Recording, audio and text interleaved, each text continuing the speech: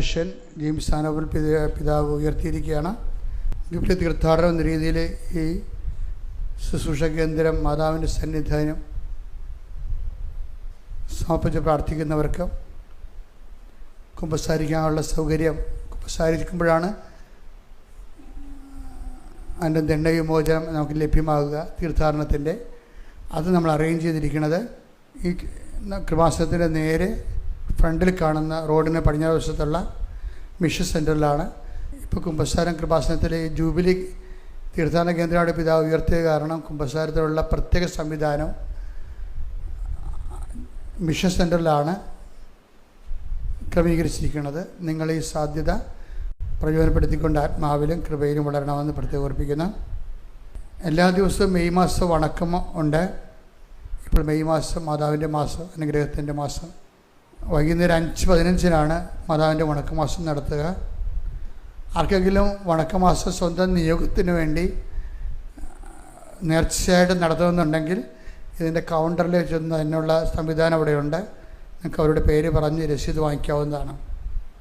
പേരും വിഷയവും. നമ്മൾ മെയ് മാസത്തിൽ ഈ ആഴ്ച മുതലേ, അതായത് കഴിഞ്ഞ ആഴ്ച മുതലേ ഇംഗ്ലീഷ് ഉടമ്പടി ആരംഭിച്ചിട്ടുണ്ട്. എല്ലാവരും വന്നിവിടെ കംപ്ലയിൻറ്റ് ചെയ്യുമായിരുന്നു, ഞങ്ങൾക്ക് മലയാളം അറിയത്തില്ല, ഇംഗ്ലീഷേ അറിയത്തുള്ളൂ എന്ന് പറയും പൊതുഭാഷയായിട്ട്. അപ്പം അതുകൊണ്ട് ഈ പ്രാവശ്യം മുതലൂടെ ഇംഗ്ലീഷ് ഉടമ്പടി ആരംഭിച്ചിട്ടുണ്ട്. ഇംഗ്ലീഷ് ക്ലാസ്സുകളും ഇംഗ്ലീഷ് പവർ പോയിൻറ്റുമായിട്ട് ഇംഗ്ലീഷ് ഉടമ്പടി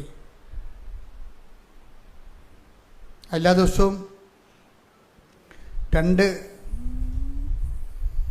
ഘട്ടമായിട്ടുള്ളത്. രാവിലെ 10:30 ഉച്ച കഴിഞ്ഞ് 1:30 ഇംഗ്ലീഷ് ഉടമ്പടി ഉള്ളത്.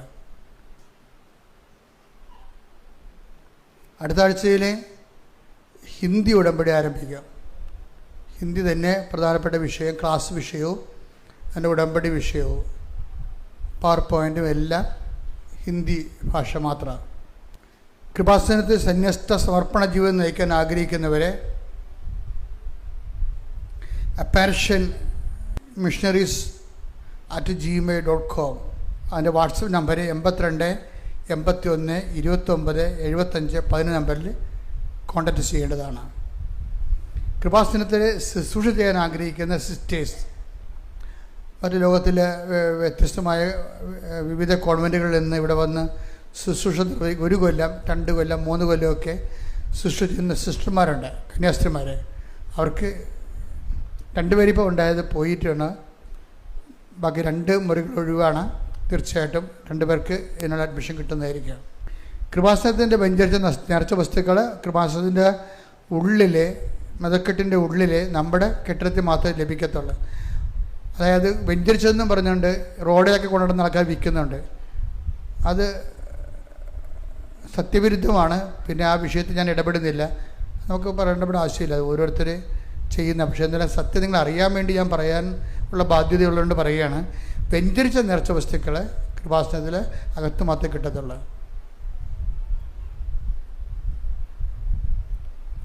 കൃപാസനം പുറത്ത് യാതൊരു കാര്യങ്ങൾക്ക് വേണ്ടിയും ഒരു പിരിവും നടത്തണില്ല. നടത്തണുണ്ടെന്ന് പറഞ്ഞ കുറേ ആൾക്കാർ, കള്ളന്മാർ, ജോസഫച്ചന് ഓർഫനേജ് നടത്തണുണ്ടെന്നൊക്കെ പറഞ്ഞിട്ട് കാശ് വാങ്ങിക്കുന്നുണ്ട്.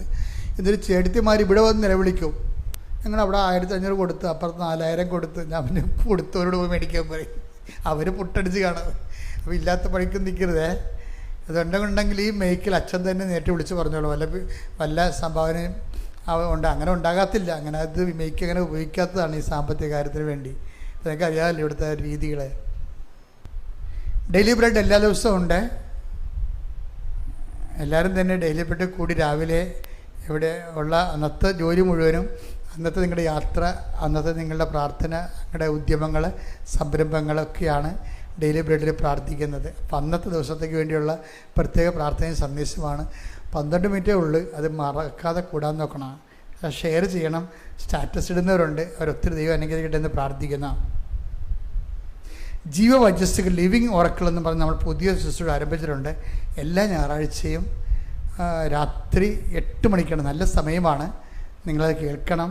ഒത്തിരി കൃപാസന അനുഭവങ്ങളുടെ ആധ്യാത്മികതയുള്ള ആൾക്കാരാണ് അത് ചെയ്യുന്നത്.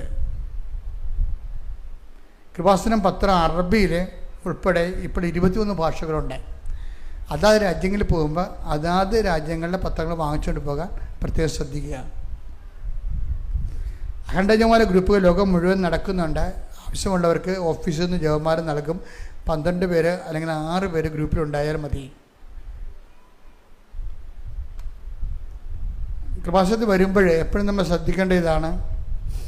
ഇപ്പോൾ കഴിഞ്ഞ വ്യാഴാഴ്ച എനിക്ക് നല്ല പനിയായിരുന്നു. എന്നിട്ട് ഒരു കന്യാസ്ത്രീ അമ്മ ഒരു കിടപ്പ് രോഗിനെ കൊണ്ടുവന്ന് തിരക്കിയപ്പോഴുണ്ട്. അവർ ഉടമ്പടി എടുത്തിട്ടില്ല, ആരും പറഞ്ഞ കേട്ട് വന്നാണ്. അതല്ല പ്രശ്നം. അവർ ഞാൻ തിരക്കി വന്നപ്പോൾ അവർ ഉടമ്പടി എടുത്തതാണ്. ഇപ്പോൾ ആ കന്യാസ്ത്രീ ഉഴപ്പിയാണ് ഉടമ്പടി. കന്യാസ്ത്രീമാരെ ഉടമ്പടി ഉഴപ്പമുണ്ട്. അതുകൊണ്ടാണ് ഞാൻ ഇത് സീരിയസ് ആകണമെന്ന് ഓർക്കണം. അല്ലെങ്കിൽ എടുക്കത്തില്ലെങ്കിൽ എടുത്തില്ല. പക്ഷേ എടുത്തിട്ട് ദൈവത്തിന് പണി കൊടുത്താൽ തിരിച്ചു വരുന്ന പണി താങ്ങത്തില്ല. അതാണ് പ്രശ്നം. കാരണം ഉടമ്പടിയാണത്. അവിടെ സൂക്ഷിച്ച് വേണം കൈകാര്യം ചെയ്യാൻ. അപ്പം നിങ്ങളുടെ അച്ഛനുണ്ടോ ഇല്ലയോ എന്ന് തിരക്കണം. നേരത്തെ കൊണ്ടുവരുന്നതിന് മുമ്പ് അച്ഛനോട്. ഞായറാഴ്ചയും വ്യാഴാഴ്ചയും ഞാൻ ആരെയും കാണാത്ത ദിവസമാണ്, ശുശ്രൂഷ ഉള്ള ദിവസമാണ്. പിന്നെ എൻ്റെ ഇടവക ഉണ്ടെങ്കിൽ ഇടവകയിൽ പോകണം. പിന്നെ വ്യാഴാഴ്ച എന്ന് പറഞ്ഞാൽ എൻ്റെ ഹിസ്റ്റോറിക്കൽ റിസർച്ചുമായിട്ട് ബന്ധപ്പെട്ട് പഠനയാത്ര ഉള്ളതാണ്. ഓരോ ദിവസവും ഓരോ സ്ഥലത്ത് പോകും, ഓരോ കാര്യങ്ങൾ. അപ്പോൾ ആ ഒരാഴ്ച പഠിച്ചതിന് ബാക്കിയുള്ളത് കിട്ടാൻ വേണ്ടി ഫീൽഡ് വർക്കിന് പോണതാണ്. പിന്നെ സമരം ഉണ്ടാവും. അവ തീരദേശമായിട്ട് ബന്ധപ്പെട്ട് നിൽക്കുന്ന കാരണം എപ്പോഴും സമരങ്ങളൊക്കെ ഉണ്ടാവും. അപ്പം അങ്ങനെ വ്യാഴാഴ്ച അതിനു വേണ്ടിയുള്ളതാണ്. അപ്പം അതുകൊണ്ട് വ്യാഴാഴ്ച ഞായറാഴ്ച ഒഴിച്ചാണ് വരേണ്ടത്. പിന്നെ അച്ഛൻ ഇവിടെ ഉണ്ടോ എന്ന് ചോദിക്കണം, വിളിച്ച് ചോദിക്കണം. 9447285400 നമ്പർ. 9447285400. ഉടമ്പടി എടുത്ത് വലിയ വലിയ സാക്ഷ്യങ്ങൾ കിട്ടിയിട്ട് സാക്ഷ്യം പറയാത്തവരുണ്ട്. അത് ഏറ്റവും വേഗം അവർ സാക്ഷ്യം പറയണമെന്ന് ഓർപ്പിക്കുന്ന എൻ്റെ പ്രിയപ്പെട്ടവരെ, നമ്മൾ ഉടമ്പടി ധ്യാനത്തിലൂടെ നമ്മൾ പൊതുവെ ഉദ്ദേശിക്കുന്നത്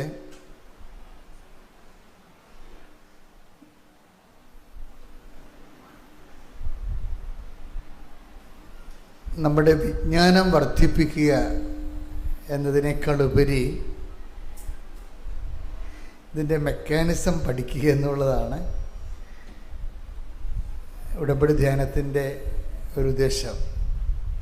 അറിവ് വർദ്ധിപ്പിക്കുക. ഇപ്പോൾ സ്കൂളിലൊക്കെ നമ്മൾ പഠിക്കുമ്പോൾ സ്കൂളിലെ സിലബസിനെ കുറിച്ച് പൊതുവെയുള്ള അഭിപ്രായ വ്യത്യാസം എന്ന് പറയുന്നത്, സ്കൂളിലെ സിലബസുകളെല്ലാം തിയറട്ടിക്കൽ ലെവലിലാണ്.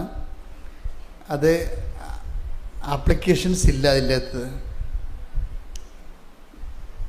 വർക്ക് ഓറിയൻറ്റഡ് അല്ല എന്നുള്ളതാണ്. അത് പ്രാക്ടിക്കാലിറ്റി ഇല്ലാത്തതാണ്. അപ്പോൾ അറിവിന് വേണ്ടി മാത്രം പഠിക്കുന്ന തിയറട്ടിക്കൽ ലെവലാണ് സ്കൂളിലെ വിദ്യാഭ്യാസം എന്ന ഒരു കംപ്ലൈൻ്റ് ഉണ്ട് പൊതുവേ. സാധാരണ ഭജന പ്രഘോഷങ്ങളുടെയൊക്കെ ഉദ്ദേശം പലപ്പോഴും ഈ മനുഷ്യന് അറിവ്, ദൈവത്തെക്കുറിച്ചുള്ള അറിവ് വർദ്ധിക്കുക, ആധ്യാത്മിക ജീവിതം പ്രഫുല്ലമാക്കുന്നതിന് വേണ്ടിയുള്ള അനുധാരികളെ ക്രമീകരിച്ച് തരിക എന്ന് തന്നെയാണ്. അതിൻ്റെ സ്വാഭാവികമായിട്ടുള്ള ഉദ്ദേശം എന്ന് പറയുന്നത് അറിവ് നമുക്ക് അനുഭവം തരണം. അറിവിൻ്റെ ഉദ്ദേശം എന്താ? ഡയറക്റ്റ് അറിവ് ബന്ധപ്പെട്ടിരിക്കുന്നത്. ഇപ്പോൾ അനുഭവം ഉണ്ടായാലും ഇല്ലെങ്കിലും കുഴപ്പമൊന്നുമില്ല, അറിവ് കിട്ടിയാൽ മതി എന്നുള്ള ഒരു ഐഡിയ ശരിക്കും പറഞ്ഞാൽ ഒരു മതവിദ്യാഭ്യാസത്തിൻ്റെ ഐഡിയ അല്ലത്. മതവിദ്യാഭ്യാസത്തിൽ എപ്പോഴും അറിവിന് അനുഭവം ഉണ്ടാകണം. അനുഭവം നമുക്ക് എന്താ തരണത്? വ്യക്തികൾക്ക് അനുഭവം ബോധ്യം നൽകും, അല്ലേ? ഈ ബോധ്യം നമ്മൾക്ക് എന്താ തരണത്? 2 ബോധ്യങ്ങൾ നമുക്കൊരു വ്യക്തിക്ക് കിട്ടാൻ സാധ്യതയുണ്ട്. ഒരു വ്യക്തിക്ക് 2 ഫാക്കൽറ്റി ഉള്ളത് കൊണ്ടാണ്. ഒന്ന്, ഒരു ഫാക്കൽറ്റി എന്താണ്? നമ്മുടെ ബുദ്ധി, അല്ലേ, ഇൻ്റലക്റ്റ്. മറ്റേത് നമ്മുടെ വൈകാരികമായ മേഖല, വില്ല്, മനസ്സ്. 2 ഫാക്കൽറ്റി ഉണ്ട്. ഈ 2 ഫാക്കൽറ്റിയിലും നമ്മുടെ അറിവ് കൺകറൻ്റ് ആകണം. എന്ന് വെച്ച് കഴിഞ്ഞാൽ 2നോടും 2 ഓഫീസിലും അതിന് സ്വീകാര്യമാകണം. ബുദ്ധിപരമായിട്ട് സ്വീകാര്യമാകണം, വൈകാരികമായിട്ടും സ്വീകാര്യമാകണം. അപ്പം അങ്ങനെ വരുമ്പോൾ നമുക്ക് കിട്ടുന്നത് ബുദ്ധിപരമായ ബോധ്യങ്ങൾ കിട്ടും, ഇൻ്റലക്ച്വൽ കൺവിക്ഷൻസ്. വൈകാരികമായിട്ട് നമുക്ക് ബോധ്യം, ഇമോഷണൽ കൺവിക്ഷൻസ്, വൈകാരിക ബോധ്യങ്ങൾ. ഈ ബോധ്യങ്ങൾ നമുക്ക് എന്താണ് ബോധ്യങ്ങളിലേക്ക് നമുക്ക് തരണത്? സാക്ഷ്യങ്ങളാണ്. ഈ സാക്ഷ്യം ഉണ്ടാണെങ്കിൽ ഇതിന് ready to eat instant breakfast എന്ന് പറഞ്ഞ പോലെ ഒരു റെഡിമെയ്ഡ് ഫുഡല്ലത്. സാക്ഷ്യം ഒരു പ്രോസസ്സിൻ്റെ ഭാഗമായിട്ട് വരുന്നതാണ്. ആദ്യം എന്താ കിട്ടുന്നത്? ആദ്യം അറിവ് കിട്ടും. പിന്നെ എന്ത് ചെയ്യും? അറിവ് തന്നെ പലതരത്തിലുണ്ട്. അറിവ് നമുക്ക് അറിവ് കിട്ടുന്നത് ഇതിൽ നിന്ന് പറയാം. കുറേ അറിയാം ഇൻപുട്സുകൾ നമുക്കുണ്ട്. ഒന്ന് ചെവി, അല്ലേ? കേൾവിയിലൂടെ നമുക്ക് അറിവ് കിട്ടും. പിന്നെ എന്താണ്? നമുക്ക് കണ്ണ് കാണാൻ പറ്റും, അല്ലേ? ഓഡിയോ, വീഡിയോ, അല്ലേ? വീഡിയോ കണ്ണ് കാണാൻ പറ്റും, കണ്ണിലൂടെ നമുക്ക് അറിവ് കിട്ടും. പിന്നെ എന്താ കിട്ടുന്നത്? ടക്സിയോ, തൊട്ട് സ്പർശ്യമായിട്ട് തൊട്ട് മനസ്സിലാക്കാൻ പറ്റും, അല്ലേ? നമ്മൾ ഓരോ വസ്തുക്കളെ ചിലർ മണത്തും മനസ്സിലാക്കും, അല്ലേ? മുക്കുകൊണ്ട് മണം മനസ്സിലാക്കിയെടുക്കും. അതുകൊണ്ടാണ് നല്ലതാണെങ്കിലും മോശം നമ്മൾ റിജക്റ്റ് ചെയ്യുകയൊക്കെ ചെയ്യണത്. മരിയനിൽ മാത്രമേ ഈ മണം വരുന്നുള്ളൂ. ബാക്കി മരിയനില്ലാത്ത ആധ്യാത്മിക വിഷയങ്ങൾക്കെല്ലാം മൂക്കിന് വലിയ പ്രാധാന്യമില്ല. അവിടെ മരിയനിൽ നല്ല പ്രാധാന്യമാണ്. ആൾക്കാർ അത് ഇക്കാലത്ത് അതായത് മരിയൻ സ്പിരിച്വാലിറ്റി ഡെവലപ്പ് ചെയ്തതിന് ശേഷം കേരള ജനതയ്ക്കും ലോക ജനതയ്ക്കും കിട്ടിയ പുതിയൊരു അനുഭവമാണ് ഈ മൂക്കുകൊണ്ട് ദൈവത്തെ അനുഭവിക്കുക എന്നുള്ളത്. അത് ഒരു ദിവസം എങ്ങനെയായാലും ഒരു 2-3 സാക്ഷ്യങ്ങൾ വരും. അതായത് മുല്ലപ്പൂവിൻ്റെ ശക്തമായ സ്മെല്ല് വരും. മുല്ലപ്പൂവൊന്നുമല്ല, കാര്യം നമ്മുടെ ഫയലില്ലേ അതേ ഉള്ളതാണ് പ്രശ്നം. മുല്ലപ്പൂ ആയിരിക്കത്തില്ലതേ, നമ്മുടെ ഫയലില്ലേ, മലയാളികളുടെ ഫയലല്ലേ, നമ്മുടെ ബ്രെയിനിലുള്ള ഫയല് മലയാളി ഫയലല്ലേ. മലയാളികൾക്ക് അറിയാവുന്നൊരു സ്മെല്ല് ഡിക്റ്റേറ്റ് ചെയ്യണ, ബ്രെയിൻ ഡിക്റ്റേറ്റ് ചെയ്യണത് മുല്ലപ്പൂവായിട്ടാണ്. അത് മുല്ലപ്പൂവിൻ്റെ മണം ആയിരിക്കത്തില്ലത്. നമുക്ക് പെട്ടെന്ന് നമ്മുടെ ബ്രെയിൻ ക്യാച്ച് ചെയ്തിട്ട് ഡിക്റ്റേറ്റ് ചെയ്തിട്ട് പറയും ഇത് ജസ്റ്റ് ലൈക്ക് ജാസ്മിൻ എന്ന് പറയും. അതായിരിക്കണം നിർബന്ധമില്ല, നമ്മളങ്ങനെ പറയണതാണ്. പക്ഷേ ചില കർണാടകക്കാരൻ ചിലപ്പോൾ വേറെ വല്ലതും പറഞ്ഞു തരും. കാര്യം അവന് കുറച്ച് അടുപ്പമുള്ള വിഷയം എന്താണ് അതുമായിട്ട് ബന്ധപ്പെട്ടതായിരിക്കും അത് പറയണത്. എനിവേ ഇതെല്ലാം ഐന്ദ്രിയ ഗോചരമായി വന്നിട്ടുണ്ട്. ഇത് ഈ കാലത്തല്ല, പഴയ നിയമത്തിലെ തന്നെ ഒരു നിലപാടാണത്. സാക്ഷ്യവുമായിട്ട് ബന്ധപ്പെട്ടത് എപ്പോഴും അതാണ്. Take the word of God. ഞങ്ങൾ കണ്ണുകൊണ്ട് കണ്ടത് യോഹന്നാൻ 1:1.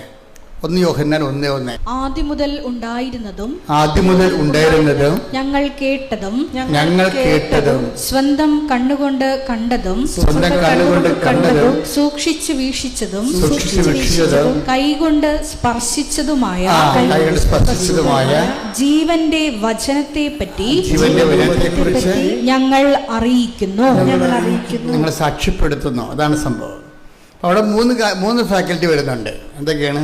കണ്ണുകൊണ്ട് കണ്ടത്, ആദ്യം മുതൽ ഉണ്ടായതും, ഞങ്ങൾ കേട്ടതും, കണ്ണുകൊണ്ട് കണ്ടതും, കൈകൊണ്ട് സ്പർശിച്ചതും. ആരെക്കുറിച്ചാണ് ഇവർ പറയണത്? യോഹന്നാനെ പറയണത് ഈശോനെക്കുറിച്ച് പറയണതാ. ഈശോയുടെ നെഞ്ചത്ത് കിടന്ന കക്ഷിയാണ്. അന്ത്യത്താഴ സമയത്ത് ഈശോയുടെ നെഞ്ചത്ത് കിടന്ന കക്ഷിയാണ്. അപ്പോൾ ഈശോൻ്റെ കൂടെ ജീവിച്ചപ്പോൾ ഈ ആദ്യം മുതലുണ്ടായിരുന്ന വചനം മാംസമായി മനുഷ്യാവതാരം ചെയ്ത് നമ്മുടെ കൂടെ വസിച്ച കാലത്ത് ആ ദൈവത്തിന് നെഞ്ചത്ത് കിടന്നയാളാണ് ഇത് എഴുതിയിരിക്കുന്നത്. ആദ്യം മുതലേ ഉണ്ടായിരുന്നതാണ്, ഞങ്ങൾ കേട്ടതാണ്, ഞങ്ങൾ കണ്ണുകൊണ്ട് കണ്ടതാണ്, കണ്ടതല്ല സൂക്ഷിച്ച് വീക്ഷിച്ചത് കൂടിയാണ്, കൈകൊണ്ട് സ്പർശിച്ചതാണ്. അപ്പോൾ ഈ ദൈവത്തെ യേശുക്രിസ്തുവിലൂടെ വെളിപ്പെടുത്തപ്പെട്ട ദൈവം എക്കാലവും ഈ ഇന്ദ്രിയങ്ങൾക്കെല്ലാം വശംവദമാണ്. ഇന്ദ്രിയ അനുഭവങ്ങൾക്ക് വശംവദമാണ്. ആ യേശുക്രിസ്തു തന്നെയാണ് ചരിത്രത്തിലൂടെ നമ്മുടെ കൂടെ സമാന്തരമായിട്ട് നീളുന്നത്. അതിപ്പോൾ മനസ്സിലാക്കണം. ആദ്യം മുതൽ ഉണ്ടായിരുന്ന യേശു അനുഭവം തന്നെയാണ് ചരിത്രത്തിലൂടെ നമുക്ക് ചരിത്രത്തിന് സമാന്തരമായിട്ട് നമ്മുടെ കൂടെ അങ്ങ് ജീവിച്ചു പോണത്. അതുകൊണ്ട് തന്നെയാണ് നമുക്ക് എക്കാലത്തും, അതുകൊണ്ട് യേശുക്രിസ്തു ഹെബ്രായർ 13:8 യേശുക്രിസ്തു ഇന്നലെയും ഇന്നും എന്നും ഒരേ ആൾ തന്നെയാണ്. കൈയടിച്ച് ശ്രദ്ധിക്കട്ടെ.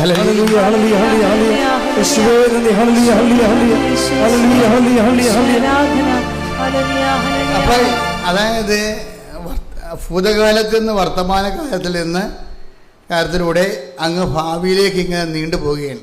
അതാണ് ആദ്യം മുതലേ ഉണ്ടായിരുന്നതും ഞങ്ങൾ കേട്ടതും കണ്ണുകൊണ്ട് കണ്ടതും കൈകൊണ്ട് സ്പർശിച്ചതുമായ ജീവൻ്റെ വചനത്തെക്കുറിച്ച് ഞങ്ങൾ സാക്ഷ്യം നൽകുന്നു. അപ്പം ജീവൻ്റെ വചനം എങ്ങനെയാണ്?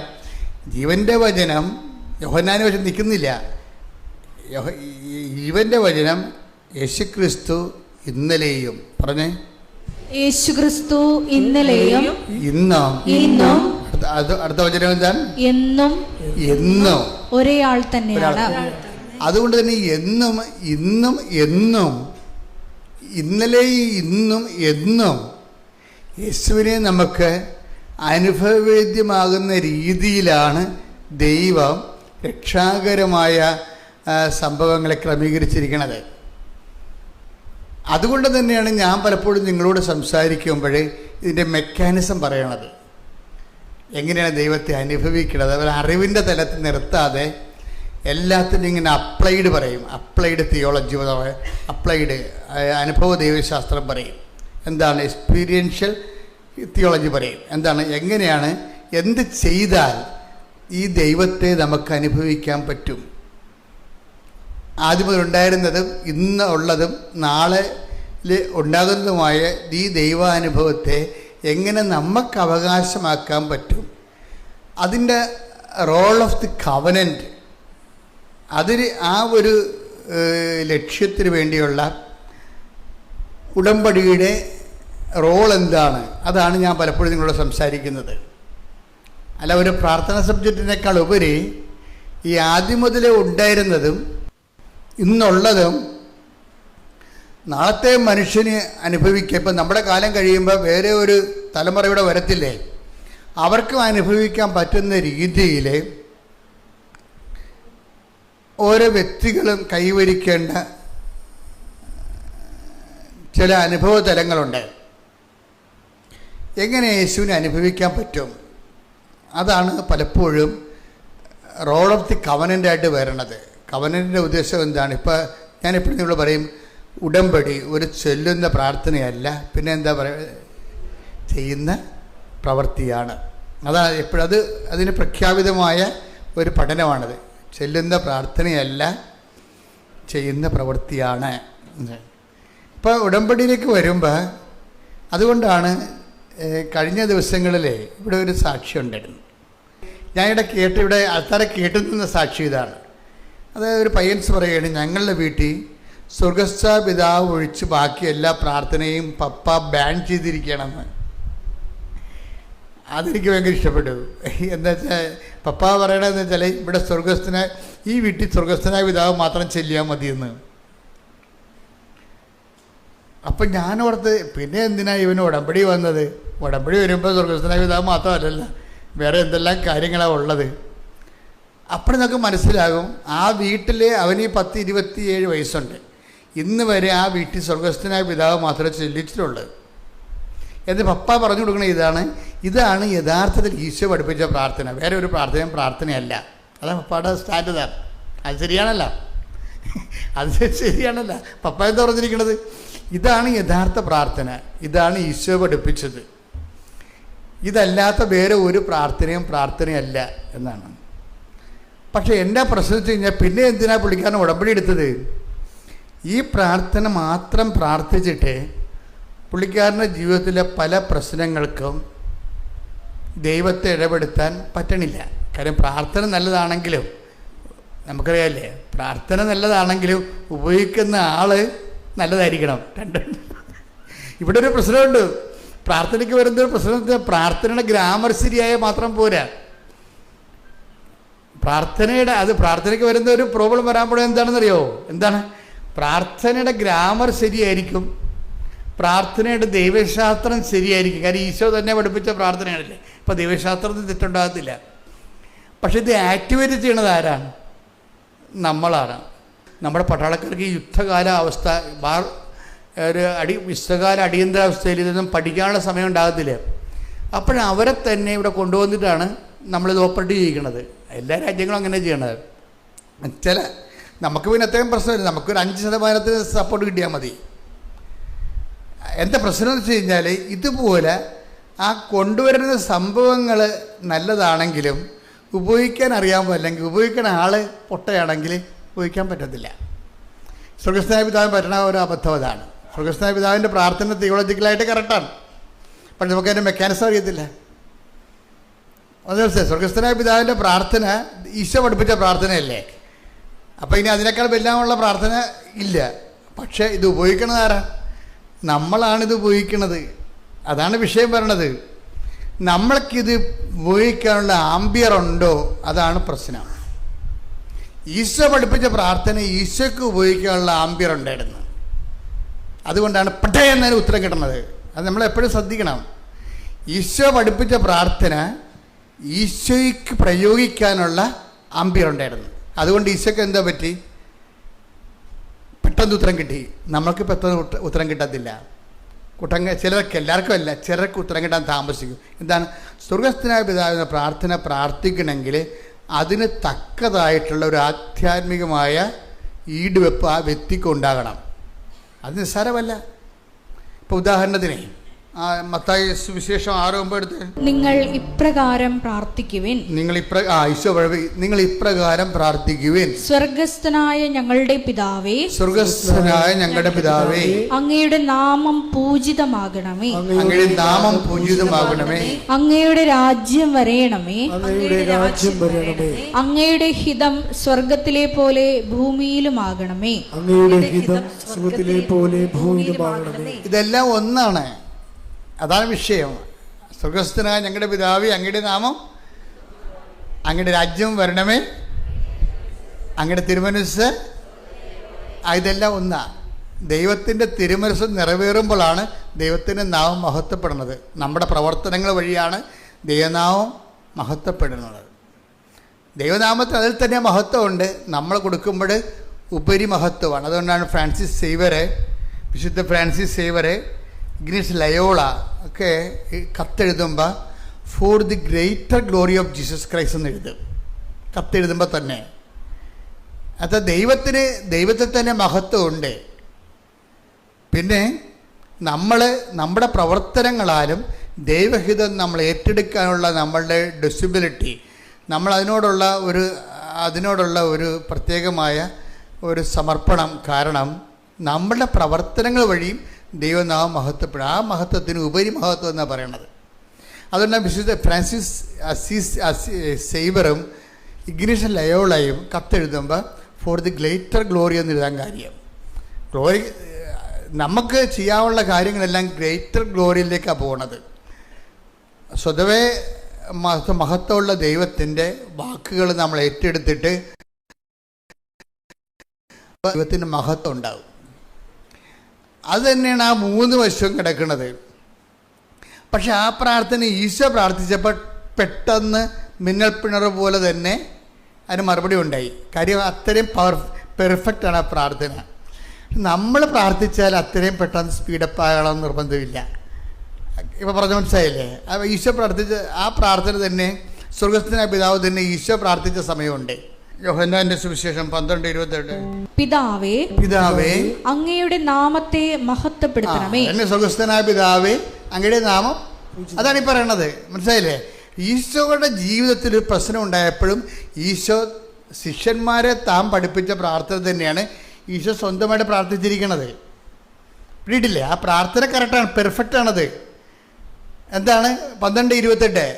അത് 6:9 മത്തായി 6:9 സ്വർഗസ്ഥനായ ഞങ്ങളുടെ പിതാവേ, അങ്ങയുടെ നാമം പൂജിതമാകണമേ, അങ്ങയുടെ രാജ്യം വരണമേ എന്ന് പറയുന്ന ആ പ്രാർത്ഥന തന്നെയാണ് 12:28 പ്രാർത്ഥിക്കണം. ഈശോയ്ക്കൊരു ജീവിത പ്രശ്നം ഉണ്ടായപ്പോൾ ഈശോ അത് ആക്ടിവേറ്റ് ചെയ്യണ ഈ പ്രാർത്ഥനയാണ്. എന്താന്ന് പറഞ്ഞ് 12:28 പിതാവേ അങ്ങയുടെ നാമത്തെ മഹത്വപ്പെടുത്തണമേ. അങ്ങയുടെ നാമത്തെ മഹത്വപ്പെടുത്തണമേ. അപ്പോൾ സ്വർഗത്തിൽ നിന്ന് പെട്ടെന്നാണ് പരിപാടി. വൈകി ഇത് പെട്ടെന്നാണ് കാര്യം. എന്താ? പ്രാർത്ഥനയുടെ സ്വഭാവം തന്നെ പെട്ടെന്ന് ആൻസർ ചെയ്യുന്ന രീതിയിലാണ് ആ പ്രാർത്ഥനയുടെ ഡിസൈൻ ചെയ്ത്. തിയോളജിക്കലി പെർഫെക്റ്റ് ആണത്, ബിബ്ലിക്കൽ തിയോളജിക്ക് പെർഫെക്റ്റ് ആണത്, സ്പിരിച്വൽ തിയോളജി പെർഫെക്റ്റ് പ്രാർത്ഥനയാണ്. അതുകൊണ്ടാണ് ടക്ക് എന്നാണ് ഉത്തരം കിട്ടുന്നത്. എന്താ പറയണത്? സ്വർഗത്തിൽ നിന്ന് ഒരു സ്വരമുണ്ടായി, ഞാൻ മഹത്വപ്പെടുത്തിയിരിക്കുന്നു, ഇനിയും മഹത്വപ്പെടുത്തും. അപ്പോഴേ ഈ പ്രാർത്ഥന പെർഫെക്റ്റ് ആണ്. പക്ഷെ അതിന് ടൈം ഷോർട്ടനിങ് വന്നിരിക്കുന്നത് എന്താണ്? പ്രാർത്ഥിച്ച ആൾ പെർഫെക്റ്റ് ആയതുകൊണ്ടാണ്. മനസ്സിലായി? പ്രാർത്ഥിച്ച ആൾ ഓക്കെ ആയതുകൊണ്ടാണ്. നമ്മൾ ആ പ്രാർത്ഥന പ്രാർത്ഥിക്കുമ്പോൾ കാര്യം ആ പ്രാർത്ഥനയും നമ്മളും തമ്മിൽ വലിയ ബന്ധമില്ല. അതാണൊരു പ്രശ്നം വരണത്. ഒരു ആധ്യാത്മിക ജീവിതം എന്ന് പറയണത് സ്വർഗസ്ഥനായ പിതാവേ എന്നുള്ള പ്രാർത്ഥന ചൊല്ലാനുള്ള യോഗ്യത നേടിയെടുക്കുന്നതാണ്. You got the point. ഒരു ആധ്യാത്മിക ജീവിതം എന്ന് പറഞ്ഞാൽ എന്താണ്?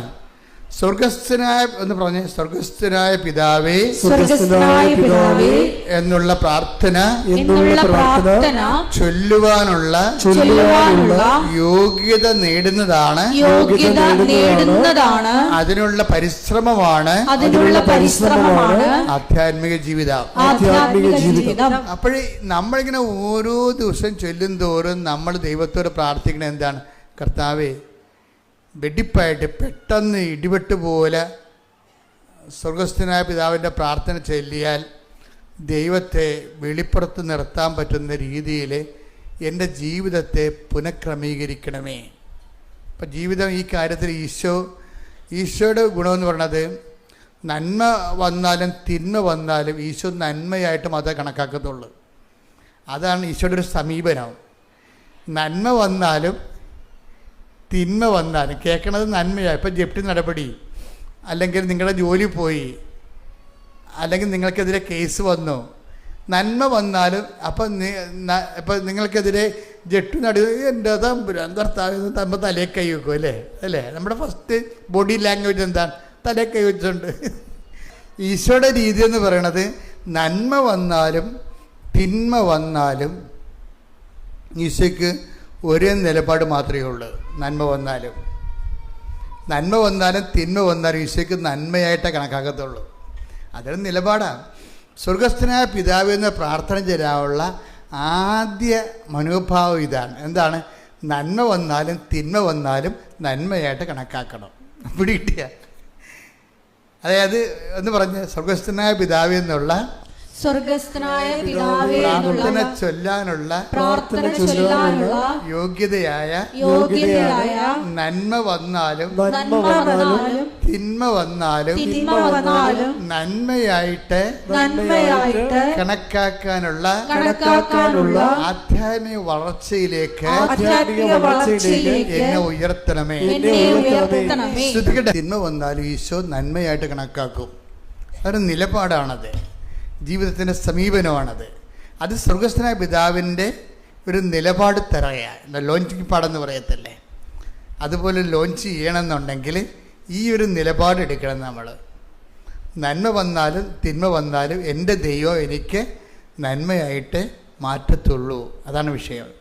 അതുകൊണ്ട് നന്മ വന്നാലും തിന്മ വന്നാലും ഈശോ നന്മയായിട്ടാണ് കണക്കാക്കത്തുള്ളൂ, തിന്മയായിട്ട് കണക്കാക്കത്തില്ല. അതൊരു ആധ്യാത്മിക വളർച്ചയാണ്.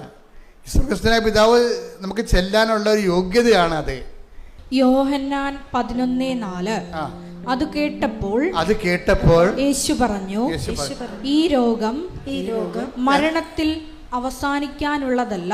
എന്താണ് കേട്ടതെന്ന് നോക്കിയ 11:3 കർത്താവേ, ഇതാ അങ്ങ് സ്നേഹിക്കുന്നവൻ രോഗിയായിരിക്കുന്നു എന്ന് പറയാൻ ആ സഹോദരിമാർ അവന്റെ അടുക്കലേക്ക് ആളയച്ചു.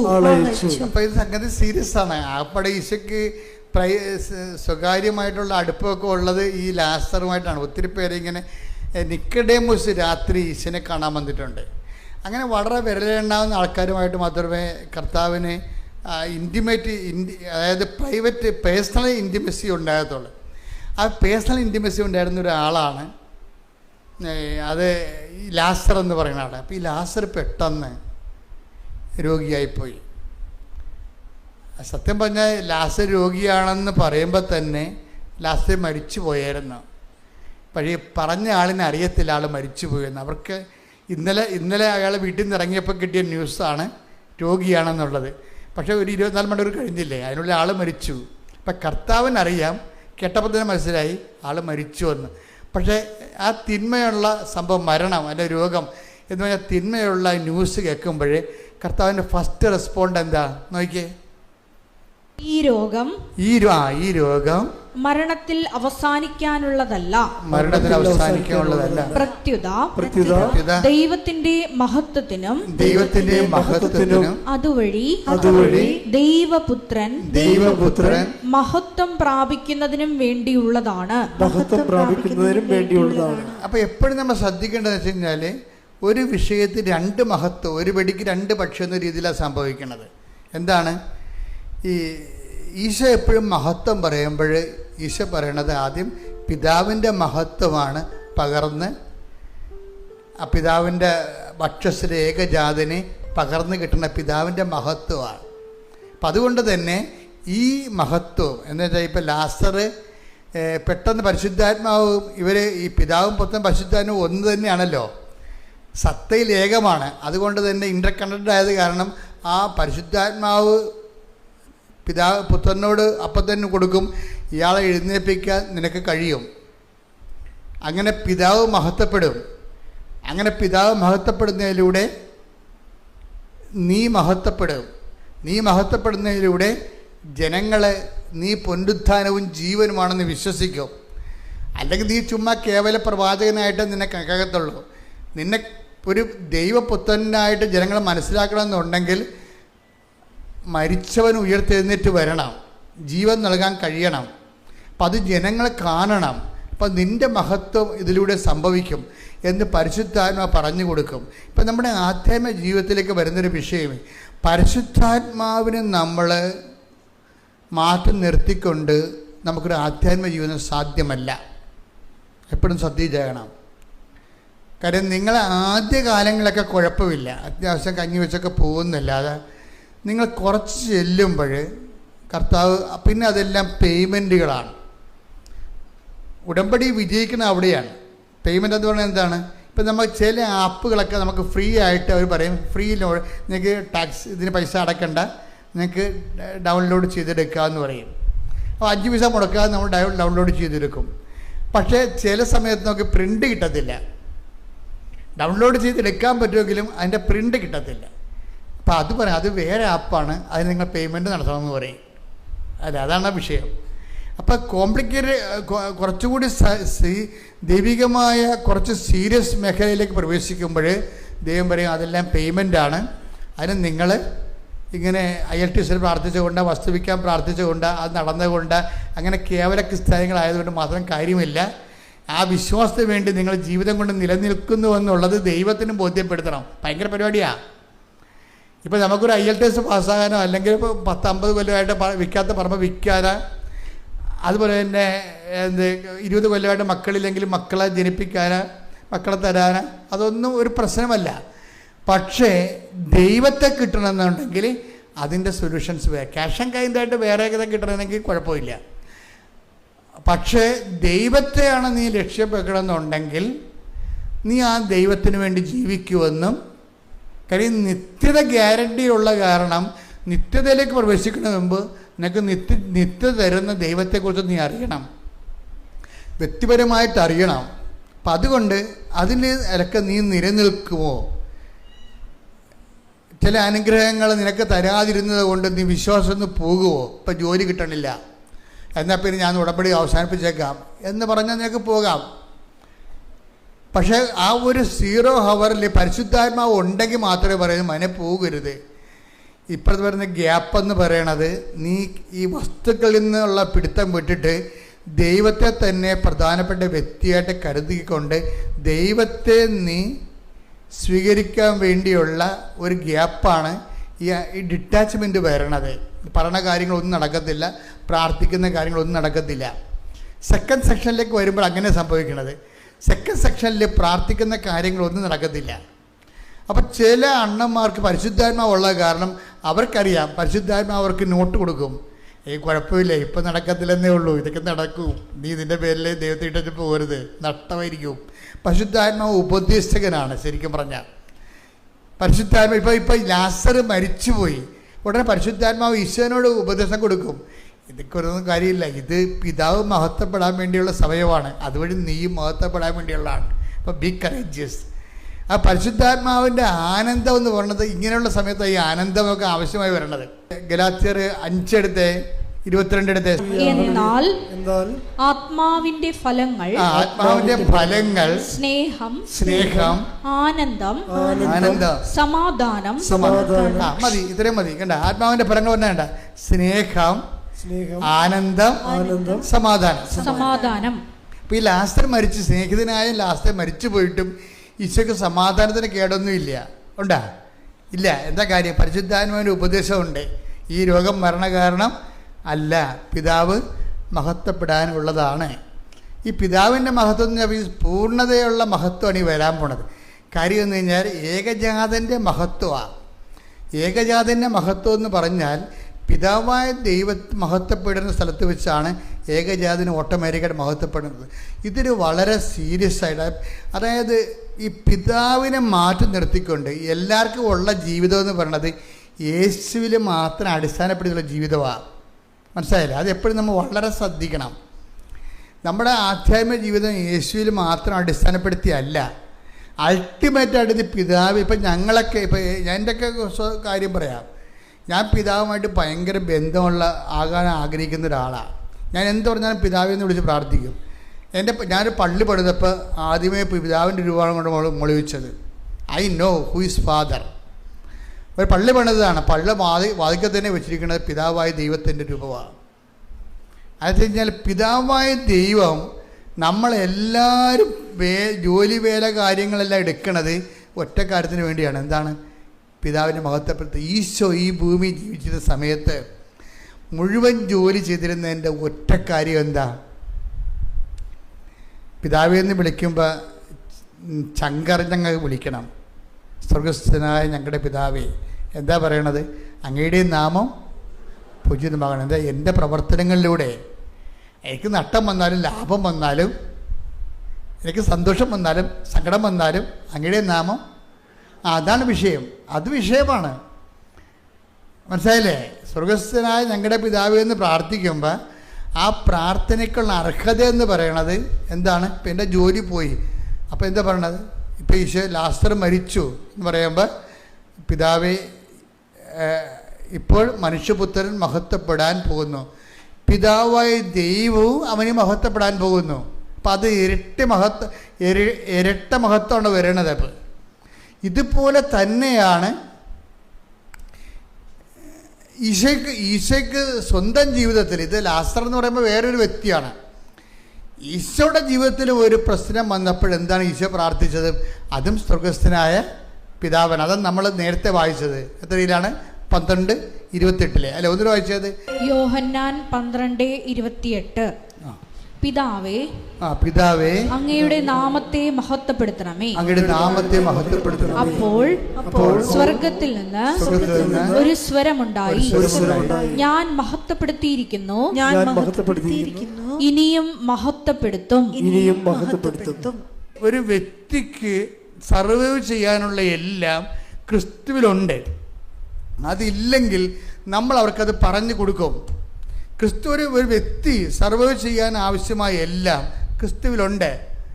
ചില വ്യക്തികൾക്ക് വേണ്ടി പ്രാർത്ഥിക്കാൻ നമുക്ക് പറ്റത്തില്ല.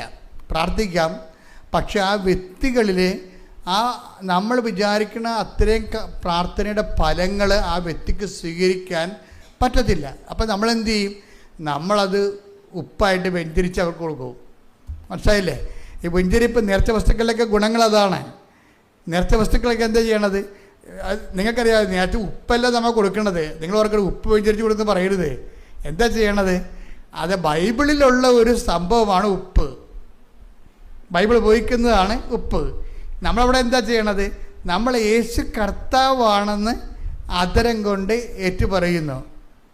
ഇപ്പം അവർ പരാജയമാണ് കർത്താവ് എന്നല്ലേ പറയണത്. ആത്മഹത്യ ചെയ്ത ആൾക്കാരെന്താ ചെയ്യണ ആൾക്കാരെന്താ? പരാജയമാണ് കർത്താവ് എന്നല്ലേ പറയണത്. അപ്പം നമ്മൾ പറഞ്ഞത് എന്താണ്? മരിച്ചുയർത്തെഴുന്നേറ്റ യൂദാസിനാവ് വഞ്ചിക്കപ്പെട്ടും പത്തോസിനെ പീലാത്തോസിനെ കൈ കഴുകിയിട്ടും അത് പത്തോസിനെ തള്ളിപ്പറഞ്ഞിട്ടും മരിച്ചുയർത്തെഴുന്നേറ്റ കർത്താവാണ് യഥാർത്ഥ കർത്താവ് എന്നാണ് നമ്മൾ പറയണത്. ഈ യേശു കർത്താവാണെന്നുള്ള എന്തു ചെയ്യും? അധരം കൊണ്ട് ഏറ്റുപറയും. പിന്നെന്ത് ചെയ്യണത്?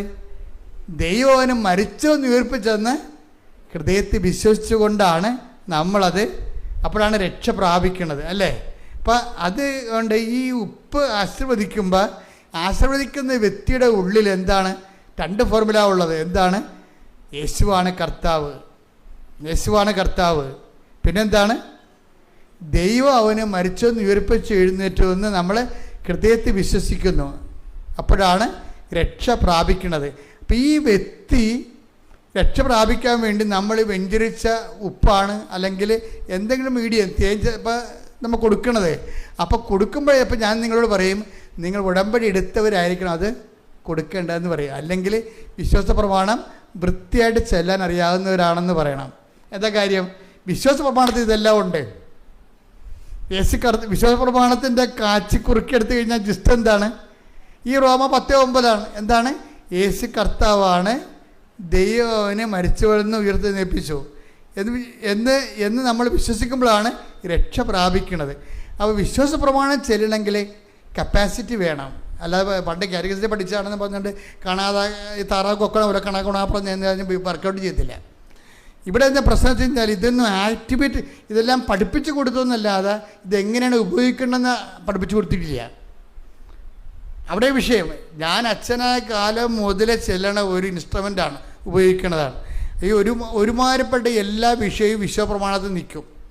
എന്താ കാര്യം? ഇതിൻ്റെ അകത്തുള്ള TMD ഭയങ്കരമാണ്. ഇതിനെ ഘടിപ്പിച്ചിരിക്കുന്ന അണുബോംബ് എന്ന് പറയുന്നത് രക്ഷാസ്ഫോടനം നടത്തിയ അണുബോംബ് ഘടിപ്പിച്ചിരിക്കുന്നത്. എന്താണ്? യേശു കർത്താവാണെന്ന് അധരം കൊണ്ട് ഏറ്റു പറയുന്നു. രണ്ടാമത്തെ എന്താണ്? ദൈവം അവനെ മരിച്ചെന്ന് ഉയർപ്പിച്ചെന്ന് ഹൃദയത്തിൽ വിശ്വസിക്കുക. അപ്പോഴാണ് രക്ഷ പ്രാപിക്കണത്. രക്ഷ എന്ന് പറഞ്ഞാൽ എന്താണ്? ലൂക്ക 2:30 അതെന്താണ്? എല്ലാ മനുഷ്യർക്കും വേണ്ടി ഒരുക്കിയിരിക്കുന്ന രക്ഷ ഞാൻ എൻ്റെ കണ്ണുകൊണ്ട് കണ്ടിരിക്കുന്നു. അപ്പോഴേ എല്ലാ മനുഷ്യർക്കും വേണ്ടി ഇത് ഉപയോഗിക്കാൻ പറ്റും. പക്ഷെ ഉപയോഗിക്കുന്നവൻ അതിൽ വിശ്വസിക്കുന്ന ആളായിരിക്കണം. പിടിയാ, എല്ലാ മനുഷ്യർക്കും വേണ്ടി ഉപയോഗിക്കാൻ പറ്റും ഇത്, പക്ഷേ ഉപയോഗിക്കുന്ന ആൾ കറക്റ്റായിരിക്കണം. ഇതിൻ്റെ അകത്ത് ട്രെയിൻഡ് ആയിരിക്കണം ആളായിരിക്കണം. അല്ലാതെ വിശ്വാസപ്രമാണം പകുതി ചെല്ലിക്കുമ്പോൾ മറന്നു പോകും. ഒന്ന് ചെല്ലിയിട്ട് നോക്കിയേ. ചിലരോട് ഞാൻ നിങ്ങളാ വിശ്വാസപ്രമാണം ചെല്ലാൻ പറഞ്ഞു, തപ്പി തുടങ്ങി എൻ്റെ അച്ഛൻ മറന്നുപോയെന്ന് പറയും. അതാ വിശ്വാസപ്രമാണം മറന്നുപോയത് തന്നെയല്ല പ്രശ്നം, അതിനെക്കുറിച്ച് ഒരു ഐഡിയ അയാൾക്കില്ല. അയാൾ പണ്ടത്തെ എന്തോ പ്രാർത്ഥന പോലെ പ്രാർത്ഥിച്ച് വെച്ചിരിക്കുകയാണ്. അതല്ല, ഇതിപ്പോൾ മൊത്തം അണുപോകുമ്പോൾ ഇത് ഇടുന്ന സ്ഥലത്ത് അങ്ങോട്ട് അവിഞ്ഞു പോവുകയുള്ളൂ. അത്രയ്ക്ക് ഒന്നും താങ്ങാൻ പറ്റാത്ത രീതിയിലുള്ള സംഭവമാണ്. കാര്യം രക്ഷയുടെ മുഴുവൻ ഫോർമുലയാണ്. നൈസൈൻ സുനദോസ് വെച്ച് ചെയ്താൽ ഒന്നാമത്തെ, രണ്ടാമത്തെ അല്ല, ഒന്നാമത്തെ നൈസൈൻ സുനദോസിൽ വെച്ച് പിതാക്കന്മാർ 418 പിതാക്കന്മാർ ഒരുമിച്ച് കൂടി പരിശുദ്ധാത്മാവിൽ നിറഞ്ഞ് മാസങ്ങളോളം പ്രാർത്ഥിച്ച് ചർച്ച ചെയ്തിട്ടാണ് ഈ വിശ്വാസ പ്രമാണം ക്രോഡീകരിച്ചിരിക്കുന്നത്. ഇന്ന് വരെ അത് മാറ്റിയിട്ടില്ല. അടിസ്ഥാന അപ്പോസ്തലിക സഭയിലെല്ലാം ഇത് തന്നെയാണ് പറയണത്. ഓർത്തഡോക്സിലും ചില ഈ പ്രകാശത്തു നിന്നുള്ളതും പുത്രരിൽ നിന്നുള്ള ചെറിയ ഡീവിയേഷൻസ് വരുത്തി എന്നുള്ളല്ലാതെ അതിൻ്റെ പ്രധാനപ്പെട്ട ഘടകങ്ങൾക്കൊന്നും മാറ്റം ഉണ്ടായിട്ടില്ല. അപ്പോൾ അത് വെച്ച് കഴിഞ്ഞാൽ അത്രയും പവർഫുള്ളാണ് വിശ്വാസ പ്രമാണം. അപ്പോൾ വിശ്വാസ പ്രമാണം അപ്പോസ്തലന്മാരുടെ കാലത്ത് തന്നെ ഡെവലപ്പ് ചെയ്ത് വന്നതാണ്. പിന്നീട് ആര്യനിസോ മൊണോഫിസിസോ ഒക്കെ പോലെയുള്ള കുറച്ച് ഏകദൈവതാവാദമൊക്കെ കഴിഞ്ഞപ്പോഴാണ് അപ്പോസ്തലന്മാർ ഡെഫിനിഷൻ വെച്ചത്. അതിനെ ഡിഫൈൻ ചെയ്യാൻ വേണ്ടിയാണ് പിന്നീട് കുറച്ച് കാര്യങ്ങൾ കുർബാനയ്ക്ക് നമ്മൾ ഇരട്ടി പറയാൻ നമ്മുടെ വിശ്വാസ പ്രമാണം അല്ല കുർബാനയ്ക്ക് വായിക്കുന്നത്, അത് നൈസൈൻ ക്രീഡ വായിക്കുന്നത്. അപ്പം അതുകൊണ്ട് വിശ്വാസ പ്രമാണം വായിക്കുമ്പോൾ അത് പറയുമ്പോൾ അതിന് തക്ക പിതാവിനുള്ള സ്നേഹം ഉണ്ടാകണം. എന്താ കാര്യം? പിതാവാണ് ആദ്യത്തെ ആൾ അതിൻ്റെ അകത്ത്, അല്ലേ? വിശ്വപ്രമാണം ആകാശത്തിൻ്റെയും ഭൂമിയുടെയും സൃഷ്ടാവും സർവശക്തനുമായ പിതാവും ഞങ്ങൾ വിശ്വസിക്കുന്നു. കണ്ട, അതൊക്കെ പിതാവ് തന്നെ കണ്ടില്ലേ? ഇപ്പോൾ വിശ്വാസ പ്രമാണത്തിൻ്റെ പ്രശ്നം ഇതിൻ്റെ അകത്ത് പിതാവ് വരുന്നുണ്ട്, പുത്രൻ വരുന്നുണ്ട്, പരിശുദ്ധാത്മാവ് വരുന്നുണ്ട്. അതുകൊണ്ട് തന്നെ ഇതിൻ്റെ അടിത്തറ, ഒരു വീട് കെട്ടണ മുമ്പ് അതിനെ വാനം കുഴിച്ച് നല്ല അടിത്തറ ഇട്ടിട്ടാണ് നമ്മൾ അടുത്ത പ്രാർത്ഥന. അതുകൊണ്ട് ഉടമ്പടിയിൽ ആദ്യം വിശ്വാസ പ്രമാണം ചെല്ലണം നമ്മൾ, അല്ലേ? അത് കഴിഞ്ഞിട്ടാണ് 7 സ്വർഗസ്ഥനായതും 7 നന്മ നിറഞ്ഞവരെയും ചെല്ലണത്. ആദ്യം അടിത്തറ ഇടും. അടിത്തറ ഇടുമ്പോൾ ഉള്ള പ്രശ്നമെന്ന് പറയണത്, വിശ്വാസ പ്രമാണം ചെല്ലുമ്പോൾ ദൈവം നിൻ്റെ മുഖത്ത് നോക്കിയിട്ട് പറയണ്ട, നീ ചെല്ലിയിട്ട് കാര്യമൊന്നുമില്ലെന്ന് ആദ്യമേ കയറി പറയും ദൈവം. അതാണ് കുഴപ്പം. നിത്യത വരെ പോകേണ്ട ഒരു യാത്രക്കാരിയാണ്, എന്നും ദൈവത്തിൻ്റെ കൂടെ ജീവിക്കേണ്ട ഒരാളാണ്. അത് ചെല്ലണമെന്ന് പറയുമ്പോൾ അതിൻ്റെ TMD ടൺ കണക്കിന് ഭാരമുള്ളതായി മാറും. അതുകൊണ്ട് എപ്പോഴും ദൈവവുമായിട്ടുള്ള എല്ലാ വിഷയത്തിലും പിതാവിനെ ചേർക്കേണ്ടി വരും, പുത്രനെ ചേർക്കേണ്ടി വരും, പരിശുദ്ധാത്മാവിനെ ചേർക്കേണ്ടി വരും. പത്രോസിന് ഈ വിഷയത്തെക്കുറിച്ചൊക്കെ, പത്രോസാണല്ലോ ഈ വിശ്വാസ പ്രമാണത്തിൻ്റെ ആണിക്കല്ലുണ്ടാക്കിയത്. പത്രോസാണ് വിശ്വാസ പ്രമാണത്തിൻ്റെ ആണിക്കല്ലുണ്ടാക്കിയത്.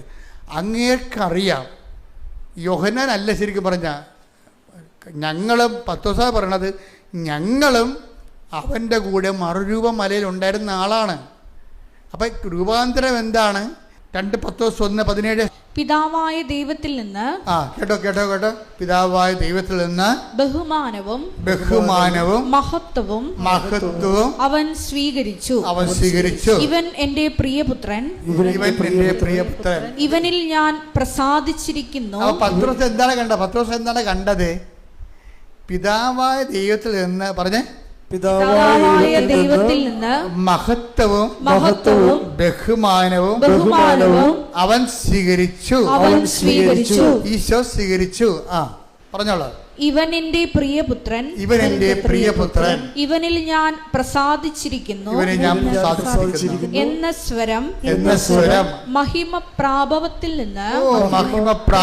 നിന്ന് അവന്റെ അടുത്ത് വരികയും ചെയ്തു. അപ്പോൾ ഇത് പത്രോസ് നേരിട്ട് കണ്ടതാണ്. കാര്യം കർത്താവിൻ്റെ മഹത്വം മുഴുവൻ ഏകജാതൻ്റെ മഹത്വമാണ്. പിതാവായ ദൈവത്തിൻ്റെ മഹത്വം ഈശോയിലേക്ക് വന്നതാണെന്ന് കണ്ടു. ഈശോയിലേക്ക് വന്നത് കൊണ്ടാണ് പത്രോസ് പിന്നീട് രക്ഷയുടെ ഫോർമുല ഉണ്ടാക്കിയപ്പോൾ പത്രോസ് പറഞ്ഞത്, മറ്റൊരുവരിലും ഇനി രക്ഷയില്ല. കാര്യം മഹത്വം ഞങ്ങൾ കണ്ടത് ഇവൻ്റെ അടുത്തേക്ക് വരണമാണ് കണ്ടത്. പിതാവായ ദൈവത്തിൻ്റെ മഹത്വം ഇവൻ്റെ അടുത്തേക്ക് വരുന്നതാണ് ഞങ്ങൾ കണ്ടത്. വേറെ ആരുടെ അടുത്തേക്ക് വന്നിട്ടില്ല, വന്ന ചരിത്രവുമില്ല. അപ്പം അതുകൊണ്ട് ഇവനാണ് ദൈവത്തിൻ്റെ സ്വീകാര്യൻ. കാര്യം ഇവന് പ്രസാദിച്ചിരിക്കണം എന്നല്ലേ പറയണത്. അതാണ് പക്ഷേ മോസസിൻ്റെ അടുത്ത് വന്നെങ്കിലും, മോസസിനെ പ്രസാദിച്ചെന്ന ദാവീദിൻ്റെ അടുത്ത് വന്നെങ്കിലും ഇവൻ എൻ്റെ പ്രിയ പുത്രനാണെന്ന് ഇവന് പ്രസാദിച്ചിരിക്കണമെന്ന അംഗീകാര മുദ്ര കൊടുത്തിട്ടില്ല. ഈ അംഗീകാര മുദ്ര ഭയങ്കര സീരിയസാണ്. അതുകൊണ്ടാണ് യോഹന്നാന് അതിനെക്കുറിച്ചൊരു ഐഡിയ ഉണ്ട്. എന്താ കാര്യം? ലോകത്തിൻ്റെ പാപങ്ങൾക്ക് പരിഹാരമായിട്ട് ഈശോ ബലിയർപ്പിച്ചാൽ അതിന് പരിഹാരം കിട്ടും. അതാണ് ഈശോ തന്നെ പറയുന്നുണ്ടത് പരിശുദ്ധാത്മാവിൽ. പിതാവ് ദൈവം എന്നിൽ അംഗീകാരം.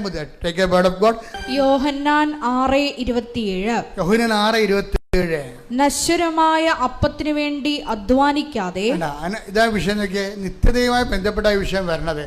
നശ്വരമായ അപ്പത്തിനു വേണ്ടി അധ്വാനിക്കാതെ മനുഷ്യപുത്രൻ തരുന്ന നിത്യജീവന്റെ അനശ്വരമായ അപ്പത്തിനു വേണ്ടി അധ്വാനിക്കുവിൻ.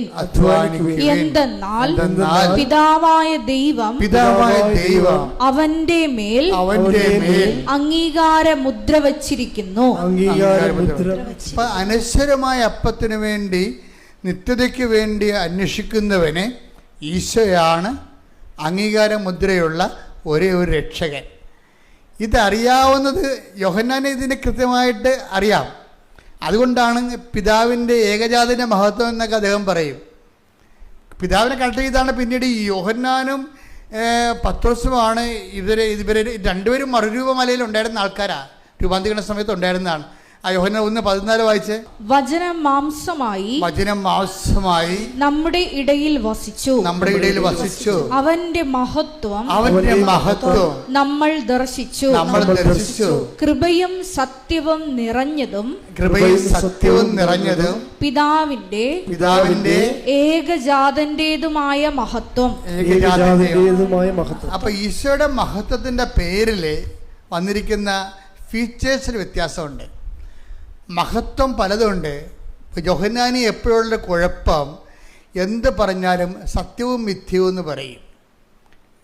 I am the real bread, ഞാൻ ജീവൻ്റെ അപ്പം, യഥാർത്ഥ അപ്പമാകുന്നു, ഞാൻ യഥാർത്ഥ പാനീയമാകുന്നു. അപ്പം ഇങ്ങനെ എന്ത് പറഞ്ഞാലും ഈശോയെ സംബന്ധിച്ച് വരുമ്പോൾ ഈശോ റിയലും മറ്റുള്ളത് ഫാൾസുമായിട്ടേ പറയത്തുള്ളൂ. അത് യോഹന്നാൻ്റെ ക്രിസ്തു അനുഭവമാണ്. യോഹന്നാൻ ക്രിസ്തുവിൻ്റെ കൂടെ നടന്നപ്പോൾ മനസ്സിലായതാണ്, ക്രിസ്തുവിനെ കണ്ടെത്തി കഴിഞ്ഞാൽ പിന്നെ എല്ലാം ഫാൾസാണെന്ന് യോഹന്നാൻ പറയും. ഇത് ക്രിസ്തുവിനെ കണ്ടെത്തി കഴിഞ്ഞാൽ രക്ഷയുടെ കാര്യത്തിനാണ്. രക്ഷയുടെ കാര്യത്തിന് മഹത്വത്തിൽ എന്താ പറയണത്, അതിന് സത്യം എന്നുള്ള വാക്ക് എക്സ്ട്രാ ചേടി വെക്കും. Read it again. ശ്രുതികട ഹല്ലേലൂയ. വചനം മാംസമായി നമ്മുടെ ഇടയിൽ വസിച്ചു.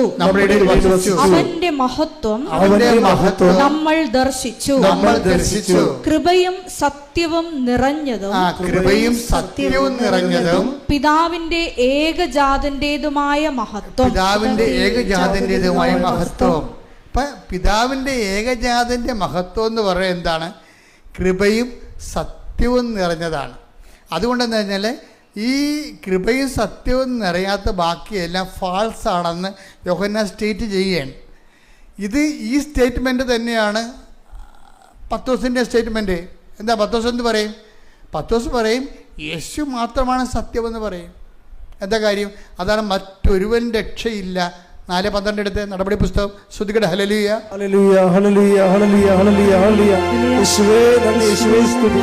Hallelujah hallelujah hallelujah hallelujah.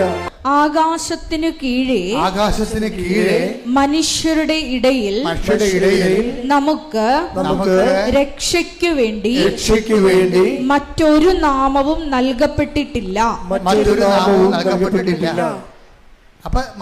നാമവും നൽകപ്പെട്ടിട്ടില്ല എന്നതിൻ്റെ കൂടെ വായിക്കണം, പിതാവായ ദൈവം എനിക്ക് അംഗീകാരം മുദ്ര ചാർത്തിയിരിക്കുന്നു. മറ്റൊരു നാമവും രക്ഷയ്ക്ക് വേണ്ടി നിത്യതയ്ക്ക് വേണ്ടി നൽകപ്പെട്ടില്ല എന്നതിൻ്റെ കൂടെ വായിക്കണം, പിതാവായ ദൈവത്തിൻ്റെ മഹത്വവും സത്യവും കൃപയും നിറഞ്ഞ മഹത്വം എന്ന്. അപ്പം സത്യവും കൃപയും നിറഞ്ഞ മഹത്വം യേശുക്രിസ്തുവിൻ്റെത് എന്നുള്ളത് എന്തിനുള്ളതാണ്? നിത്യതയ്ക്ക് വേണ്ടി നമുക്ക് നൽകിയിരിക്കുന്ന ദൈവത്തിൻ്റെ രക്ഷയുടെ നാമമാണ്. അതാണ് ശ്രീയേശു നാമം, രക്ഷയുടെ നാമം. ശ്രുതികട ഹല്ലേലൂയ. ഏകജാതൻ്റെ നാമം മഹത്വപ്പെടണം. ഇത് എപ്പോഴും നമ്മൾ ചിന്തിക്കേണ്ട കാര്യം, ഇപ്പോഴേ ഈ ലാസർ മരിച്ചപ്പോഴും ഈശോ പറഞ്ഞത് എന്താണ്? ഈ രോഗം മരണകാരണമല്ല, ദൈവത്തിൻ്റെ മഹത്വം വെളിപ്പെടാനുള്ളതാണ്. അപ്പോൾ മഹത്വം വന്നില്ലേ? ഇല്ലേ? മോശം കാര്യത്തിനും മഹത്വം എന്നാണ് ഈശോ അതിനെ അഡ്രസ്സ് ചെയ്യണത്. ഇനി ഇപ്പോഴേ മാതാവ് എന്താ ചോദിച്ചിരിക്കണത്? അവർക്ക് വീഞ്ഞില്ല എന്ന് പറയുമ്പോൾ എന്താണ്? ഇപ്പം നിങ്ങളുടെ വസ്തു വിൽക്കണില്ല, നിങ്ങൾ കല്യാണം ഒക്കണില്ല, നിങ്ങൾക്ക് മക്കളില്ല എന്ന് പറയുമ്പോൾ നമ്മൾക്ക് നല്ല ബോധമില്ല എന്നുണ്ടെങ്കിൽ നമ്മൾ ആ സബ്ജക്റ്റ് വൈസായിട്ടായിരിക്കും അതിനൊക്കെ സമീപിക്കണത്. പക്ഷേ റീഡ് ചെയ്യണത് സ്വർഗമെന്ന് റീഡ് ചെയ്യണത് അങ്ങനെയല്ല. എന്താ ചെയ്യണത്? അമ്മ പ്രാർത്ഥിച്ചത് എന്താണ്? പിതാവേ, ഈ ഒരു അടയാളം വഴി അങ്ങയുടെ മകൻ്റെ നാമത്തെ അങ്ങ് മഹത്വപ്പെടുത്തണമേ എന്നതാണ്. അപ്പം അങ്ങനെ മഹത്വപ്പെടുത്തണം ചോദിച്ചു കഴിഞ്ഞാൽ പിന്നെ ടൈം ഷോർട്ടൺ ചെയ്യും. എന്താ കാര്യം? ഈശോയ്ക്ക് 12:28 ടൈം ഷോർട്ടൺ ചെയ്തില്ലേ? ഇതാ ഞാൻ മഹത്വപ്പെടുത്തുന്നു, ഇനിയും മഹത്വപ്പെടുത്തുന്ന പറഞ്ഞത് എന്താണ്? ആ മഹത്വപ്പെടുത്തുന്നത് ചോദിച്ചതുകൊണ്ടാണ്. മനസ്സിലായില്ലേ? എപ്പോഴും നമ്മൾ ശ്രദ്ധിക്കേണ്ട ഇതാണ്, നമ്മളുടെ ഓരോ വിഷയത്തിലും അതിൻ്റെ ബേസിക് എന്ന് പറയുന്നത് ദൈവത്തിൻ്റെ മഹത്വമായിരിക്കണം. പറഞ്ഞാൽ മനസ്സിലായില്ലേ? അല്ലാതെ നിങ്ങളുടെ ഇപ്പോൾ ആ ജോലി നിങ്ങൾ വിചാരിച്ച ജോലി കിട്ടിയില്ല, അപ്പോൾ നിങ്ങൾ ഇതിനോട് അളിഞ്ഞ മോന്ത്യമായിട്ട് പോയി ഇട്ട പാമ്പ് കിടക്കണ പോലെ കടല ചുരുണ്ടി കൂടി ഭക്ഷണം കഴിക്കത്തില്ല, ഇങ്ങനെയുള്ള അലവലാദികൾ വന്നിട്ട് ഉടമ്പടി എടുക്കേണ്ട ഒരു കാര്യമില്ല. ഉടമ്പടി ഇത്തിരി സബ്ലിമേറ്റ് ആയിട്ടുള്ള ആധ്യാത്മിക നിലവാരമുള്ള ആൾക്കാർക്കുള്ളതാണ്. കാര്യം അത് മഹത്വത്തിൻ്റെ പ്രാർത്ഥനയാണ്. അല്ലാതെ ഒരു ദിവസം നോക്കിയപ്പോൾ അന്ന് നമ്മൾ കുറേ പ്രാർത്ഥിച്ചതല്ലേ, നിലത്തിരി മാറി പച്ചത്തിരിയും കഴിഞ്ഞ്. അപ്പോൾ ആൾക്കാർ ഈ മരുന്ന് കുടിക്കണ പോലെയാണേ. ഈ പണ്ട് ഔൺസ് കുപ്പി ഒന്നും സാധനം ഉണ്ടായിരുന്നില്ല. ഇപ്പോൾ ഔൺസ് കുപ്പി ഈ സർക്കാർ ആശുപത്രി, ഞാനും പണ്ട് പോയിട്ടുള്ള കുഞ്ഞുനാളിൽ സർക്കാർ ആശുപത്രി പോകുമ്പോൾ എല്ലാത്തിനും കൂടി അവർ ഒറ്റ കുപ്പി ഉണ്ടാക്കത്തുള്ളൂ അവിടെ. അത് കമ്പൗണ്ടറാണ് കൊടുക്കണം, കോമ്പൗണ്ട് ചെയ്ത് തന്നെ ആൾ. അയാൾ അവിടെ നിന്ന് ഇവിടുന്ന് പൊടിയൊക്കിയിട്ട് കുലുക്കിയിട്ട് നമ്മുടെ ഔൺസ് കുപ്പിയിൽ തരും. വീട്ടിൽ വന്ന് വെച്ചിട്ട് ഔൺസ് കുപ്പിയിൽ ഇങ്ങനെ കണക്കുണ്ടാവും, 1, 2, 3 ഔൺസ്, 2 ഔൺസ്, 3 ഔൺസ്. ഇപ്പം കുപ്പി അങ്ങനെ ഉണ്ടോയെന്ന് അറിയത്തില്ല. അപ്പോൾ എന്നിട്ടിത് കുടിക്കും. കുടിച്ചിട്ട് ഞാൻ തന്നെ ഓർക്കും, ഇത് പകുതി ആകുമ്പോൾ 2 ഔൺസ് കുടിച്ചിട്ടുണ്ട്, എന്നിട്ട് വയറ്റ് ക്ഷീണം മാറില്ല, ചുവ മാറിയില്ല. അപ്പം നമ്മളിതുപോലെ നീലത്തിന് ഒരെണ്ണം തീർന്ന്, പച്ചത്തിന് ഒരെണ്ണം തീർന്ന്. ഇത് മനസ്സിലായില്ലേ? ആൾക്കാർ കണക്കാക്കുന്ന രീതികളിൽ വരുന്ന അപകടകരമായൊരു ഉടമ്പടി സമീപനമുണ്ട് നിങ്ങളുടെ കയ്യിൽ. നിങ്ങൾ ദൈവത്തെ പച്ചത്തിരി നീലത്തിരി വെച്ച് അളന്ന് നോക്കുന്നു. അതിൻ്റെ ഒരു അപകടകരമായൊരവസ്ഥയാണ്. ഇന്നലെ ഈ വെള്ളിയാഴ്ച ഒരു സാക്ഷി ഇവിടെ പറഞ്ഞ് അവരുടെ സാക്ഷ്യം കേട്ടാൽ നമുക്കുണ്ടല്ലോ ഞെട്ടിപ്പോവും. അവർ പറഞ്ഞത് എൻ്റെ 15ാമത്തെ ഉടമ്പടി പുതുക്കലാണിത്. 15ാമത്തെ ഉടമ്പടി പുതുക്കേ. ഇപ്പം ഞാൻ ആ കണക്കൂട്ടി നോക്കിയപ്പോഴേ ഒരു 90 ദിവസം വേണമല്ലോ ഒരു ഉടമ്പടി പുതുക്കണമെങ്കിൽ. അത് 15 എന്ന് പറയുമ്പോൾ ഒരു 1500 ദിവസം ഇവർ സംഭവം പുതുക്കിയിരിക്കുകയാണ്. അവർ പറഞ്ഞു ഞാൻ എന്തുമാത്രം ആയിരക്കണക്കിന് പത്രമാണ് മേടിച്ചു കൊടുത്തിരിക്കണത്. ഇപ്പോഴും കൊടുക്കുമ്പോൾ ആവേശമാണ് അവർക്ക്. എന്നിട്ട് അവർ കുറേ സാക്ഷ്യം പറഞ്ഞിട്ടുണ്ട്. ഇപ്പോഴെന്ന് വെച്ച് കഴിഞ്ഞാൽ ഈ 15ാമത്തെ ഉടമ്പടി പുതുക്കി നിൽക്കുമ്പോഴും 15 എന്ന് പറയുമ്പോൾ 4 കൊല്ലം 3.25 കൊല്ലമായി. 3.25 കൊല്ലം തുടർച്ചയായിട്ട് ഒരു ഉടമ്പടിയിലാണ്. എന്നിട്ട് ആ സാക്ഷ്യം പറയുമ്പോൾ അവർ പറയണത് അത്രയും കാര്യം അവർ പറയണത് ഞാൻ തന്നെ പറഞ്ഞു വിട്ട 1500 പേര് ഉടമ്പടി എടുത്തിട്ടുണ്ട് ഇവിടെ. ഞാൻ തന്നെ പറഞ്ഞു വിട്ട 1500 പേര് ഇവിടെ ഉടമ്പടി എടുത്തിട്ടുണ്ട്. നിങ്ങൾ കോമ്പറ്റ് ചെയ്യണത് നിങ്ങൾ ഈ ഔൺസ് കുപ്പി പോലെ നിലത്തിരുന്ന് തീർന്നല്ല, എന്നിട്ട് വിസ വന്നില്ല എന്നൊക്കെ നോക്കി ദൈവത്തിനെ തിരികൊണ്ട് അളക്കണില്ലേ? ഈ പെരിച്ചാളികളെല്ലാം മനസ്സിലാക്കണം. നിങ്ങളുടെ കയ്യിലുള്ള നിങ്ങൾ കോമ്പറ്റ് ചെയ്യണത് ഭയങ്കര സിംഹങ്ങളുമായിട്ടാണ്. അതായത് 1500 പേരെ ഉടമ്പടി എടുപ്പിക്കുകയും അവിടെ ജീവിതത്തിലേക്ക് വിശ്വാസത്തിന് വെളിച്ചം കടത്തിവിടുകയും ഇനിയും കർത്താവിന് വേണ്ടി ഒരംഗത്തിനൊരു ബാല്യമുണ്ടെന്നും പറഞ്ഞുകൊണ്ട് വീണ്ടും വന്ന് കർത്താവിൻ്റെ വേല ചെയ്യാൻ വേണ്ടി ആവശ്യത്തിൽ നിൽക്കുന്ന ആൾക്കാരുമായിട്ടാണ് നിങ്ങൾ ഈ തിരിവെച്ച് കർത്താവിനെ അളക്കുന്ന ആൾക്കാർ കോമ്പറ്റ് ചെയ്യണമെന്ന് ഓർത്തേക്കണം. ആദ്യം നിങ്ങൾ തീരുമാനിക്കുക, യേശുക്രിസ്തു 1ാം സ്ഥാനം കൊടുക്കുക, ബാക്കി ദൈവത്തിന് ഏൽപ്പിച്ച് കൊടുക്കുക. ബാക്കി എന്താണ്? ഇപ്പം നിങ്ങളെന്ത് പറ്റണമെന്ന് വെച്ചാൽ നിങ്ങൾ പറയുന്ന വിഷയത്തിന് ആണ് 1ാം സ്ഥാനം എപ്പോഴും നിങ്ങൾ കൊടുക്കണത്. അതുകൊണ്ടാണ് ഈ അബദ്ധം വരുന്നത്. ദൈവത്തിന് അറിയാമത്. കാര്യം അത് നടന്നു കഴിഞ്ഞാൽ പിന്നെ ഇവരെ പൊടി മഷിയിട്ട് നോക്കിയാൽ കാണത്തില്ല. നിങ്ങൾ ആ ഉടമ്പടി വെച്ചിരിക്കുന്ന കാര്യം നടന്നാൽ പിന്നെ മഷിയിട്ട് നോക്കിയാൽ കാണത്തില്ല. അതുകൊണ്ട് അത് ദൈവത്തിന് അറിയാം. ഈ അഭ്യാസമുള്ള ആൾക്കാരുമായിട്ട് ഉടമ്പടി ആ ഫയൽ പോലെ ദൈവം നോക്കത്തില്ല. എന്താ കാര്യം? ദൈവത്തിനറിയാം ഇത് വണ്ടി വിടാൻ വേണ്ടി വേണമെന്ന് നിൽക്കുകയാണെന്നറിയാം. സംഭവം നടന്നിട്ട് ഉടനെ അടുത്ത വണ്ടിക്ക് പോയി കഴിഞ്ഞപ്പോൾ ദൈവത്തിന് പോലും ഇവരെ കിട്ടത്തില്ല. പിന്നെ കാര്യം അവിടെ കഴിഞ്ഞകാല ഫയലെല്ലാം കർത്താവിൻ്റെ കയ്യിലുണ്ട്. നിങ്ങൾ എപ്പോഴും നിങ്ങളുടെ അപകടം പറഞ്ഞിരിക്കണം നിങ്ങളുടെ പഴയ ഫയലാണ് കുഴപ്പമുണ്ടാക്കിയിരിക്കണത്.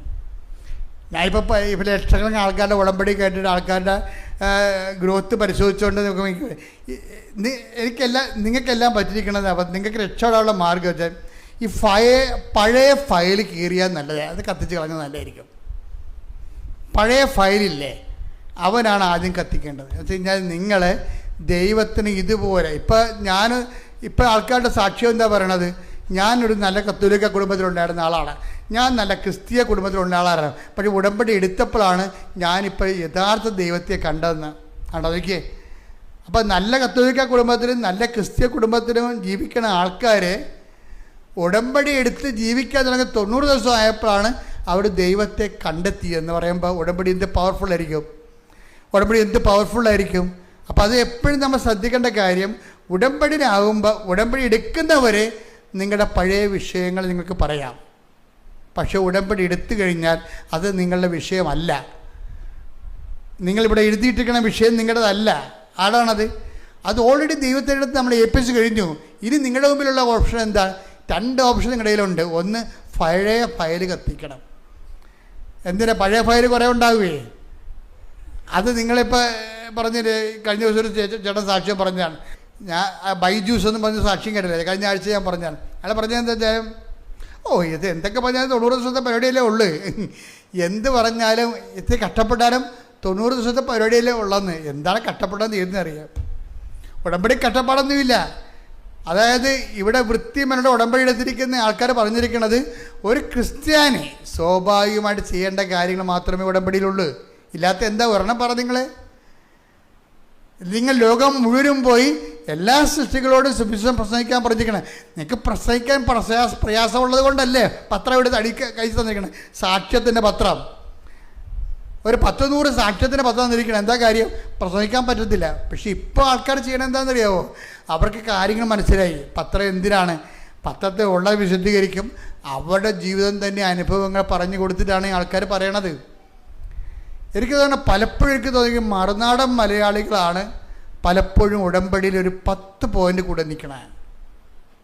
ഞാൻ ഓരോ രാജ്യങ്ങളിലൊക്കെ ചെല്ലുമ്പോൾ എനിക്ക് മനസ്സിലാകണതാണ് അവിടെ കാര്യം അവരെല്ലാവരും തന്നെ അഖണ്ഡജപമാല ഉപയോഗിക്കുന്നവരാണ്.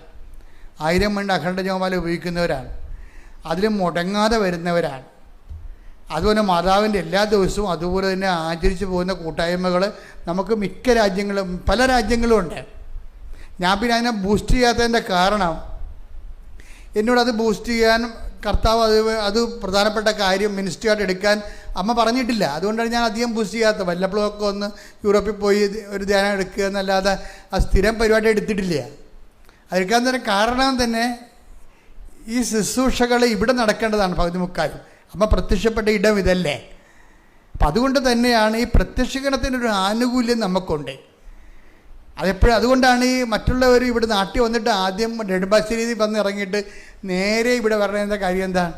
ആ ഒരു പ്രത്യക്ഷീകരണത്തിൻ്റെ ഒരു ആനുകൂല്യമുണ്ട് ഇവിടെ. അപ്പം നമ്മൾ അമ്മയോട് ഒരു കാര്യം അമ്മയുടെ മാധ്യസ്ഥ ചോദിക്കണത് എന്താണ്? അമ്മയുടെ പ്രത്യക്ഷീകരണത്തിൻ്റെ അടിസ്ഥാനത്തിലാണ് ചോദിക്കണത്. കാര്യം എന്താണ്? ഉടമ്പടി പോലും അമ്മയുടെ പ്രത്യക്ഷീകരണത്തിൻ്റെ അടിസ്ഥാനത്തിലാണ് നമുക്ക് തന്നിരിക്കുന്നത്. അമ്മയുടെ പ്രത്യക്ഷീകരണത്തിൻ്റെ അടിസ്ഥാനത്തിലാണ് ഉടമ്പടി തന്നിരിക്കുന്നത്. അല്ല കൃപാസനം ഉണ്ടായിട്ട് 30 കൊല്ലം കഴിഞ്ഞ് ഇതിൽ ഇത്രയും നാളായിട്ട് ഉടമ്പടി തന്നിട്ടില്ല. 2016 ഉടമ്പടി തന്നത്. ആ 2015 ഉടമ്പടി തന്നത്. ആ പ്രത്യക്ഷീകരണത്തിൻ്റെ സ്ഥലത്ത് ഞാൻ മാതാവിനെ പ്രതിഷ്ഠിച്ച് കഴിഞ്ഞപ്പോൾ ധൂപം ചാർത്തിയിട്ട് പ്രത്യക്ഷീകരണ പ്രാർത്ഥന ചൊല്ലിക്കഴിഞ്ഞപ്പോഴാണ് 6 മാസത്തിൽ ഉടമ്പടി തന്നത്. അതൊക്കെ മുമ്പ് ഞാനിവിടെ ഇല്ലേ? അതൊക്കെ മുമ്പ് ഈ ബലിപീഠമില്ലേ? ഈ സ്ഥലമില്ലേ? എല്ലാം ഉണ്ട്. പക്ഷെ പ്രത്യക്ഷീകരണത്തിന് ഭയങ്കര പവറാണ്. അപ്പോൾ ദൈവം ആഗ്രഹിക്കുന്നുണ്ട് പ്രത്യക്ഷീകരണം ലോകം മുഴുവൻ ചർച്ച ചെയ്യപ്പെടാൻ വേണ്ടിയും ഔദ്യോഗികമായ സഭ ഏറ്റെടുക്കാൻ വേണ്ടിയും. അപ്പം നിങ്ങൾ പ്രാർത്ഥിക്കേണ്ടത് എന്തിനാണ്? മാതാവേ, പ്രത്യക്ഷീകരണത്തിനെ സഭ ഏറ്റെടുത്തുകൊണ്ട് ഞങ്ങളുടെ പ്രവർത്തനങ്ങൾ വഴി ദൈവപിതാവിൻ്റെ ഇഷ്ടം മഹത്വപ്പെടാൻ ഇടയാക്കണമേ എന്ന് പ്രാർത്ഥിച്ച് കർത്താവേ പ്രത്യക്ഷീകരണത്തിന്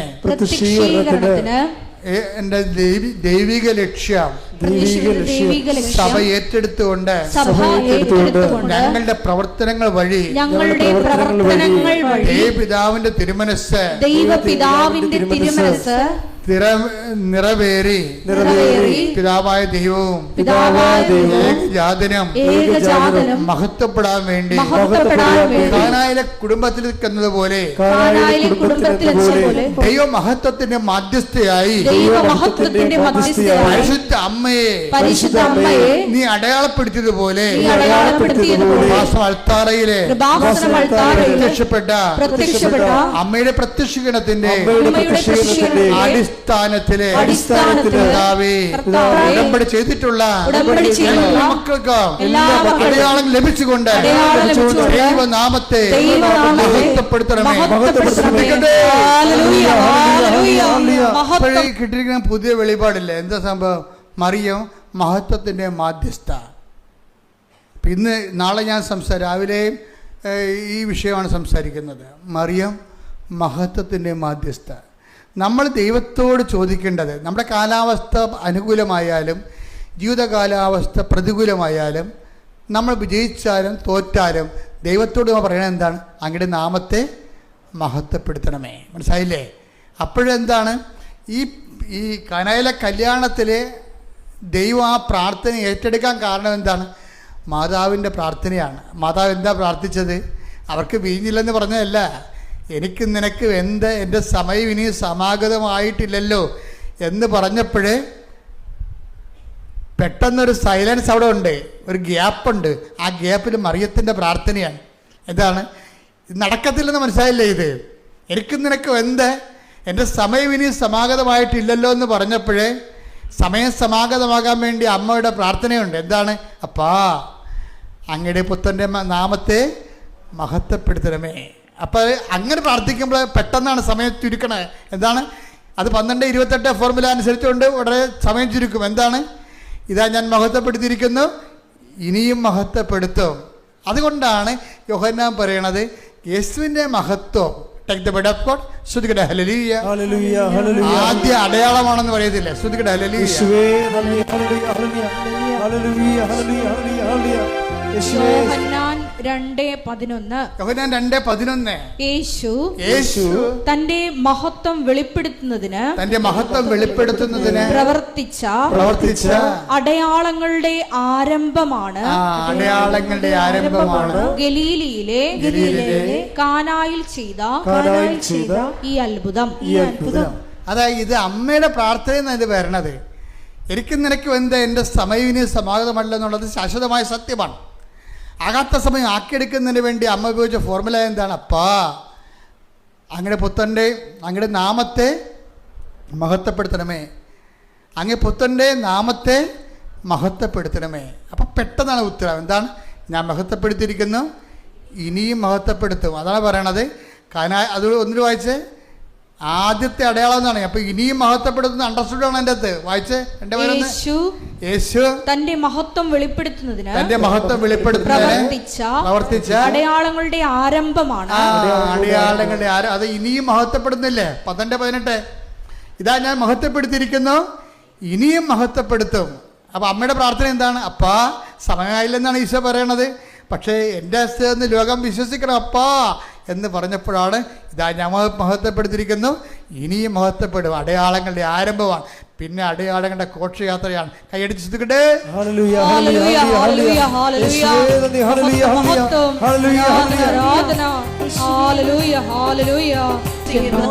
അവിടുത്തെ ഏകപുത്രനും ഞങ്ങളുടെ കർത്താവുമായ ഈശോ മിശിഹായിലും ഞാൻ വിശ്വസിക്കുന്നു. ഈ പുത്രൻ പരിശുദ്ധാത്മാവിനാൽ ഗർഭസ്ഥനായി കന്യകാമറിയത്തിൽ നിന്ന് പിറന്ന് പൊന്തിയോസ് പിലാത്തോസിന്റെ കാലത്ത് പീഡകൾ സഹിച്ച് കുരിശിൽ തറയ്ക്കപ്പെട്ട് മരിച്ച് അടക്കപ്പെട്ട് പാതാളങ്ങളിൽ ഇറങ്ങി മരിച്ചവരുടെ ഇടയിൽ നിന്ന് 3-ാം നാൾ ഉയർത്ത് സ്വർഗത്തിലേക്ക് എഴുന്നള്ളി സർവശക്തിയുള്ള പിതാവായ ദൈവത്തിന്റെ വലതുഭാഗത്തിരിക്കുന്നു. അവിടെ നിന്ന് ജീവിക്കുന്നവരെയും മരിച്ചവരെയും വിധിക്കുവാൻ വരുമെന്നും ഞാൻ വിശ്വസിക്കുന്നു. പരിശുദ്ധാത്മാവിലും ഞാൻ വിശ്വസിക്കുന്നു. വിശുദ്ധ കത്തോലിക്കാ സഭയിലും പുണ്യവാന്മാരുടെ ഐക്യത്തിലും പാപങ്ങളുടെ മോചനത്തിലും ശരീരത്തിന്റെ ഉയർപ്പിലും നിത്യമായ ജീവിതത്തിലും ഞാൻ വിശ്വസിക്കുന്നു. ആമേൻ. ശ്രുതികട ഹല്ലേലൂയ. Hallelujah hallelujah hallelujah. യേശുവേ നന്ദി. ഹല്ലേലൂയ ആരാധന. Hallelujah hallelujah hallelujah hallelujah. ജയം ഹല്ലേലൂയ. യേശു കർത്താവ് ജീവിക്കുന്നു. കൈകൾ വീശി ഹല്ലേലൂയ. ജയം ഹല്ലേലൂയ. യേശു കർത്താവ് ജീവിക്കുന്നു. യേശുക്രിസ്തു ഇന്നലെയും ഇന്നും എന്നും ഒരാൾ തന്നെ. ശ്രുതികട ഹല്ലേലൂയ. Hallelujah hallelujah hallelujah. യേശുവേ നന്ദി. Hallelujah hallelujah hallelujah hallelujah. യേശുവേ നന്ദി നന്ദി നന്ദി. Hallelujah hallelujah. യേശു ക്രിസ്തു ജീവിക്കുന്നു. തിരുവോസ്തിയിൽ ജീവിക്കുന്നു. യേശു ക്രിസ്തു ജീവിക്കുന്നു. തിരുവോസ്തിയിൽ ജീവിക്കുന്നു. സ്വയം ഭോജ്യമായി നൽകിയത് ചെയ്തരോ നിത്യം വസിച്ചിടുക. സ്വയം ഭോജ്യമായി നൽകിയത് നിത്യം വസിച്ചിടുക. ഹല്ലേലൂയ. ജയം ഹല്ലേലൂയ. യേശു കർത്താവ് ജീവിക്കുന്നു. ഹല്ലേലൂയ. ജയം ഹല്ലേലൂയ. യേശു കർത്താവ് ജീവിക്കുന്നു. പരിശുദ്ധ പരമദിവ്യകാരുണ്യത്തിന് ആരാധനയും സ്തുതിയും പുകഴ്ചയും ഉണ്ടായിരിക്കട്ടെ. കർത്താവ് രോഗികളെ സുഖമാക്കുന്ന സമയമാണിത്. നിങ്ങൾ സ്തുതിച്ചോണ്ടിരുന്നാൽ മാത്രം മതി. കർത്താവേ, നിന്റെ ഉന്നതമായ നാമത്തിന് സ്വസ്ഥം ചെയ്യുന്നു. കർത്താവേ, നിന്റെ വിശുദ്ധ പൗരോഹിത്യത്തെ മഹത്വപ്പെടുത്തുന്ന പ്രാർത്ഥിക്കുന്നു. കർത്താവേ, സഭയിലുള്ള സാന്നിധ്യത്തെ പ്രകടമാക്കണമെന്ന് പ്രാർത്ഥിക്കുന്നു. കർത്താവിൻ്റെ തിരുമുറുവാടുന്ന വലതുകരം, അണിപ്പെടുതാടുന്ന അത്ഭുതകരം, ഉച്ചമുതൽ ഉള്ളംകാൽ വരെ കർത്താവേ ഓരോ മകൻ്റെ മേലും ഓരോ മകളുടെ മേലും വയ്ക്കണമെന്ന് പ്രാർത്ഥിക്കുന്നു. തീർത്ഥാടനത്തിൽ പ്രാർത്ഥിക്കുന്നവർ, ഓൺലൈനിൽ പ്രാർത്ഥിക്കുന്നവർ, എപ്പോൾ പ്രാർത്ഥിച്ചാലും ഈ പ്രാർത്ഥന അടിപ്പിണർ പോലെ വൈദ്യാഘാതം പോലെ ദൈവികമായ ശക്തിയാൽ അവർക്ക് കർത്താവിൻ്റെ വിശുദ്ധമായ രക്തം അവിടെ ഓരോ കോശങ്ങളിലും പെസുകളിലും ഞരമ്പുകളിലും ഉച്ചമുതൽ ഉള്ളംകാൽ വരെ നിറയട്ടെന്ന് പ്രാർത്ഥിക്കുന്നു. യേശുവിൻ്റെ ഉന്നതമായ നാമത്തിൽ മാരക രോഗങ്ങൾ, തീരാവ്യാധികൾ, ജീവ ദുരിതങ്ങൾ, ജീവ തടസ്സങ്ങൾ യേശുവിൻ്റെ നാമത്തിൽ മാറിപ്പോകട്ടെ. ശ്രുതികട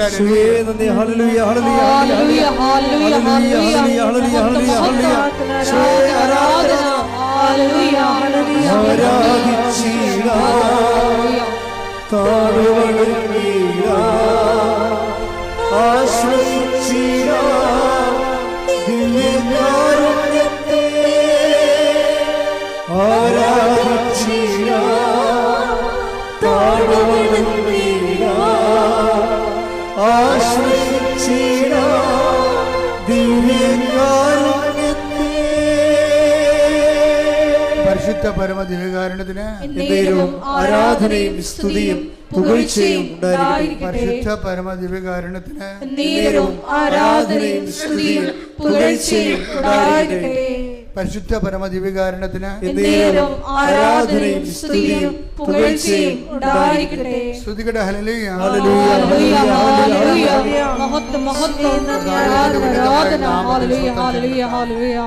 കർത്താവിന്റെ ഉന്നതമായ നാമത്തിന് സ്വസ്ഥം ചെയ്ത് കർത്താവേ, തൈറോയിഡിന്റെ അസുഖങ്ങളെ സംബന്ധിച്ച് പ്രാർത്ഥിക്കും. ജനങ്ങൾ മാത്രം ശ്രദ്ധിക്കട്ടെ. കർത്താവിന്റെ തിരുമുറുപാടുന്ന വലതുകരം, അണിപ്രതാടുന്ന അത്ഭുതകരം കർത്താവേ തൈറോയിഡ് രോഗികളെ സ്പർശിക്കണ പ്രാർത്ഥിക്കുന്നു. ശ്വാസകോശ രോഗികളെ സ്പർശിക്കണ പ്രാർത്ഥിക്കുന്നു.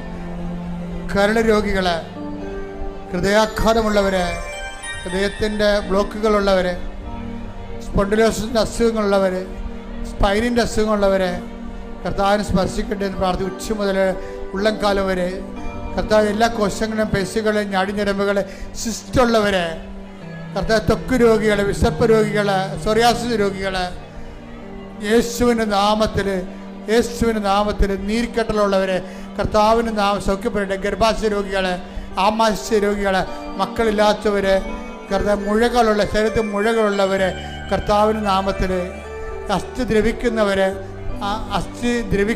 അസ്ഥി വളഞ്ഞവർ യേശുവിൻ്റെ നാമത്തിൽ 39 വർഷം അർപ്പിച്ച കുർബാനയുടെ യോഗ്യതയാൽ കൃപാസ്ഥാനത്താറെ ജീവനോടെ പ്രത്യക്ഷപ്പെട്ട പരിശുദ്ധ അമ്മയുടെ മാധ്യസ്ഥത്തിൽ മാരക രോഗങ്ങൾ തീരവേദികൾ ഈ നിമിഷം അമ്മമാരാ പ്രത്യക്ഷപ്പെട്ട ഈ അൽത്താറയിൽ ജ്വലിച്ചു നിൽക്കുന്ന ദൈവത്തിന് മഹത്വമാകുന്ന പരിശുദ്ധ കുർബാനയുടെ നാമത്തിൽ പ്രാർത്ഥിക്കുന്ന മാരക രോഗങ്ങള് യേശുവിന്റെ നാമത്തില് മാറിപ്പോകട്ടെ. കർത്താവിന് ശക്തി കൊടുക്കട്ടെ.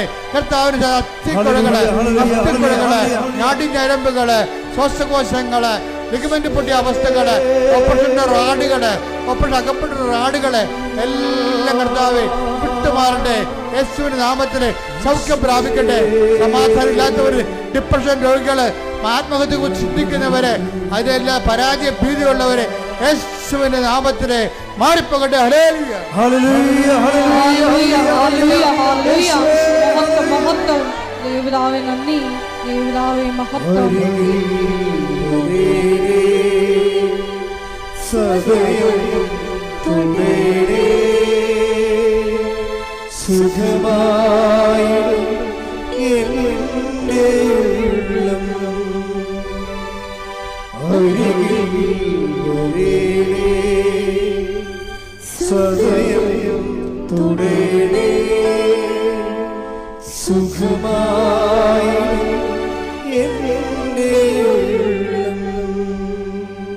എൻ്റെ മക്കളെ, ജോലിയില്ലാത്തവരെ,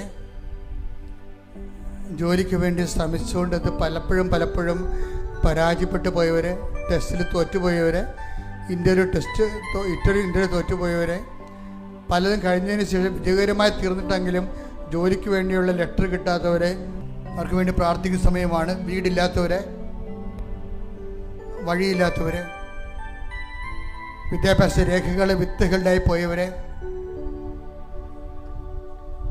എക്സ്പീരിയൻസ് സർട്ടിഫിക്കറ്റ് കിട്ടാത്തവരെ, അത് നൽകപ്പെടാത്ത അവസ്ഥകൾ, ഉന്നതമായ വിദ്യാഭ്യാസത്തിന് വേണ്ടി ശ്രമിക്കുന്നവരെ, മക്കൾക്ക് വേണ്ടി പരിശ്രമിക്കുന്നവരെ, എല്ലാ മേഖല ആരെല്ലാം എന്തെല്ലാം കാര്യങ്ങൾക്ക് വേദനിച്ച് പ്രാർത്ഥിക്കുന്നുവോ, കേസുള്ളവരെ, പോലീസ് കേസുകൾ, കോടതി കേസുകൾ, വസ്തു വിൽപ്പനയുമായി ബന്ധപ്പെട്ട കേസുകൾ, ജപ്തി നടപടികൾ, യാത്രാ തടസ്സങ്ങൾ, യാത്രാ ക്ലേശങ്ങൾ, യാത്ര ചെയ്യാൻ പറ്റാത്ത അവസ്ഥകൾ എല്ലാം യേശുവിൻ്റെ നാമത്തിൽ 39 വർഷം അർപ്പിച്ച കൃപായുടെ യുഗതയാൽ കൃപാസ്ഥാനത്താറെ ജീവനോടെ പ്രത്യക്ഷപ്പെട്ട പരിശുദ്ധ അമ്മയുടെ മാധ്യസ്ഥത്തിൽ ഈ അൽത്താരയിൽ നടന്ന 10,000 ആരാധന ശക്തിയാൽ എല്ലാ ബന്ധനങ്ങളും യേശുവിൻ്റെ നാമത്തിൽ അഴിഞ്ഞു മാറട്ടെ. ശ്രുതികട ഹല്ലേലൂയ, ഹല്ലേലൂയ, ഹല്ലേലൂയ, ഹല്ലേലൂയ. യേശുവേ നന്ദി, ഹല്ലേലൂയ, ആരാധന, ഹല്ലേലൂയ, ഹല്ലേലൂയ. വരേണമേ എന്നിൽ നിറയണമേ, വരേണമേ സൗഖ്യം നൽകണമേ, വരേണമേ എന്നിൽ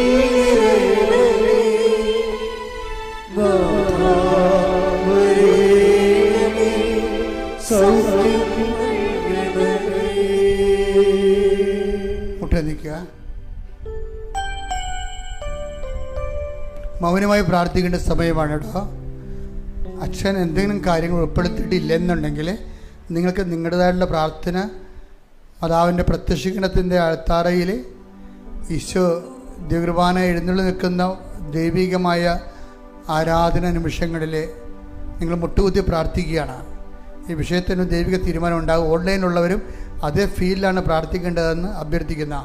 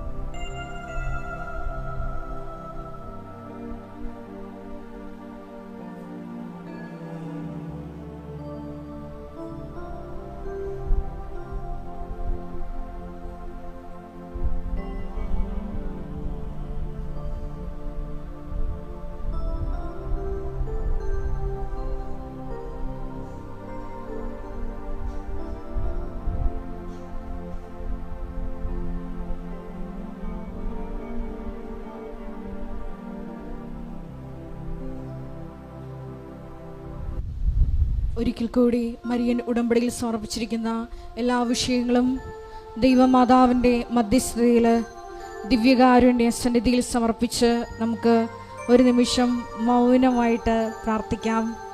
ഈശോയെ, ഞങ്ങളിപ്പോൾ കടന്നുപോയിക്കൊണ്ടിരിക്കുന്ന എല്ലാ ദുരിത സാഹചര്യങ്ങളെയും ദൈവ മഹത്വ രൂപാന്തരീകരണമാക്കി മാറ്റണമേ എന്ന് പ്രത്യേകമായിട്ട് പ്രാർത്ഥിക്കുന്നു. കാനായിലെ ആദ്യ അത്ഭുതത്തിൽ ദൈവമാതാവ് മധ്യസ്ഥം വഹിച്ച് ദൈവമഹത്വം വെളിപ്പെടുത്താനുള്ള ആദ്യത്തെ അടയാളം പ്രവർത്തിച്ചതുപോലെ ഞങ്ങളുടെ ജീവിത വിഷയങ്ങളിലും ഇടപെട്ടുകൊണ്ട് യേശുനാമ മഹത്വത്തിനായി അവയും പുതുവീഞ്ഞാക്കി രൂപാന്തരപ്പെടുത്തണമേ എന്ന് പ്രാർത്ഥിച്ചുകൊണ്ട് നമുക്ക് ശിരസ് നമിച്ച് ദിവ്യകാരുണ്യനാഥൻ്റെ ആശീർവാദം സ്വീകരിക്കാം.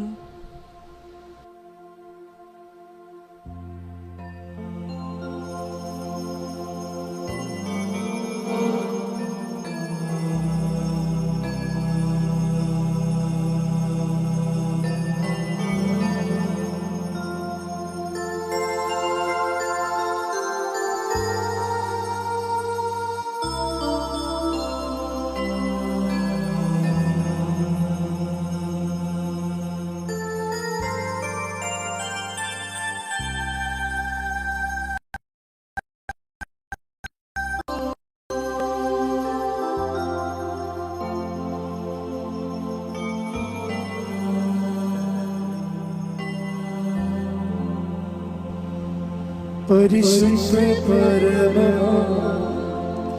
ദിവ്യകാരുണ്യമേ, എന്നുമെന്നും അങ്ങേക്ക് ആരാധന. പരിശുദ്ധ പരമ ദിവ്യകാരുണ്യമേ,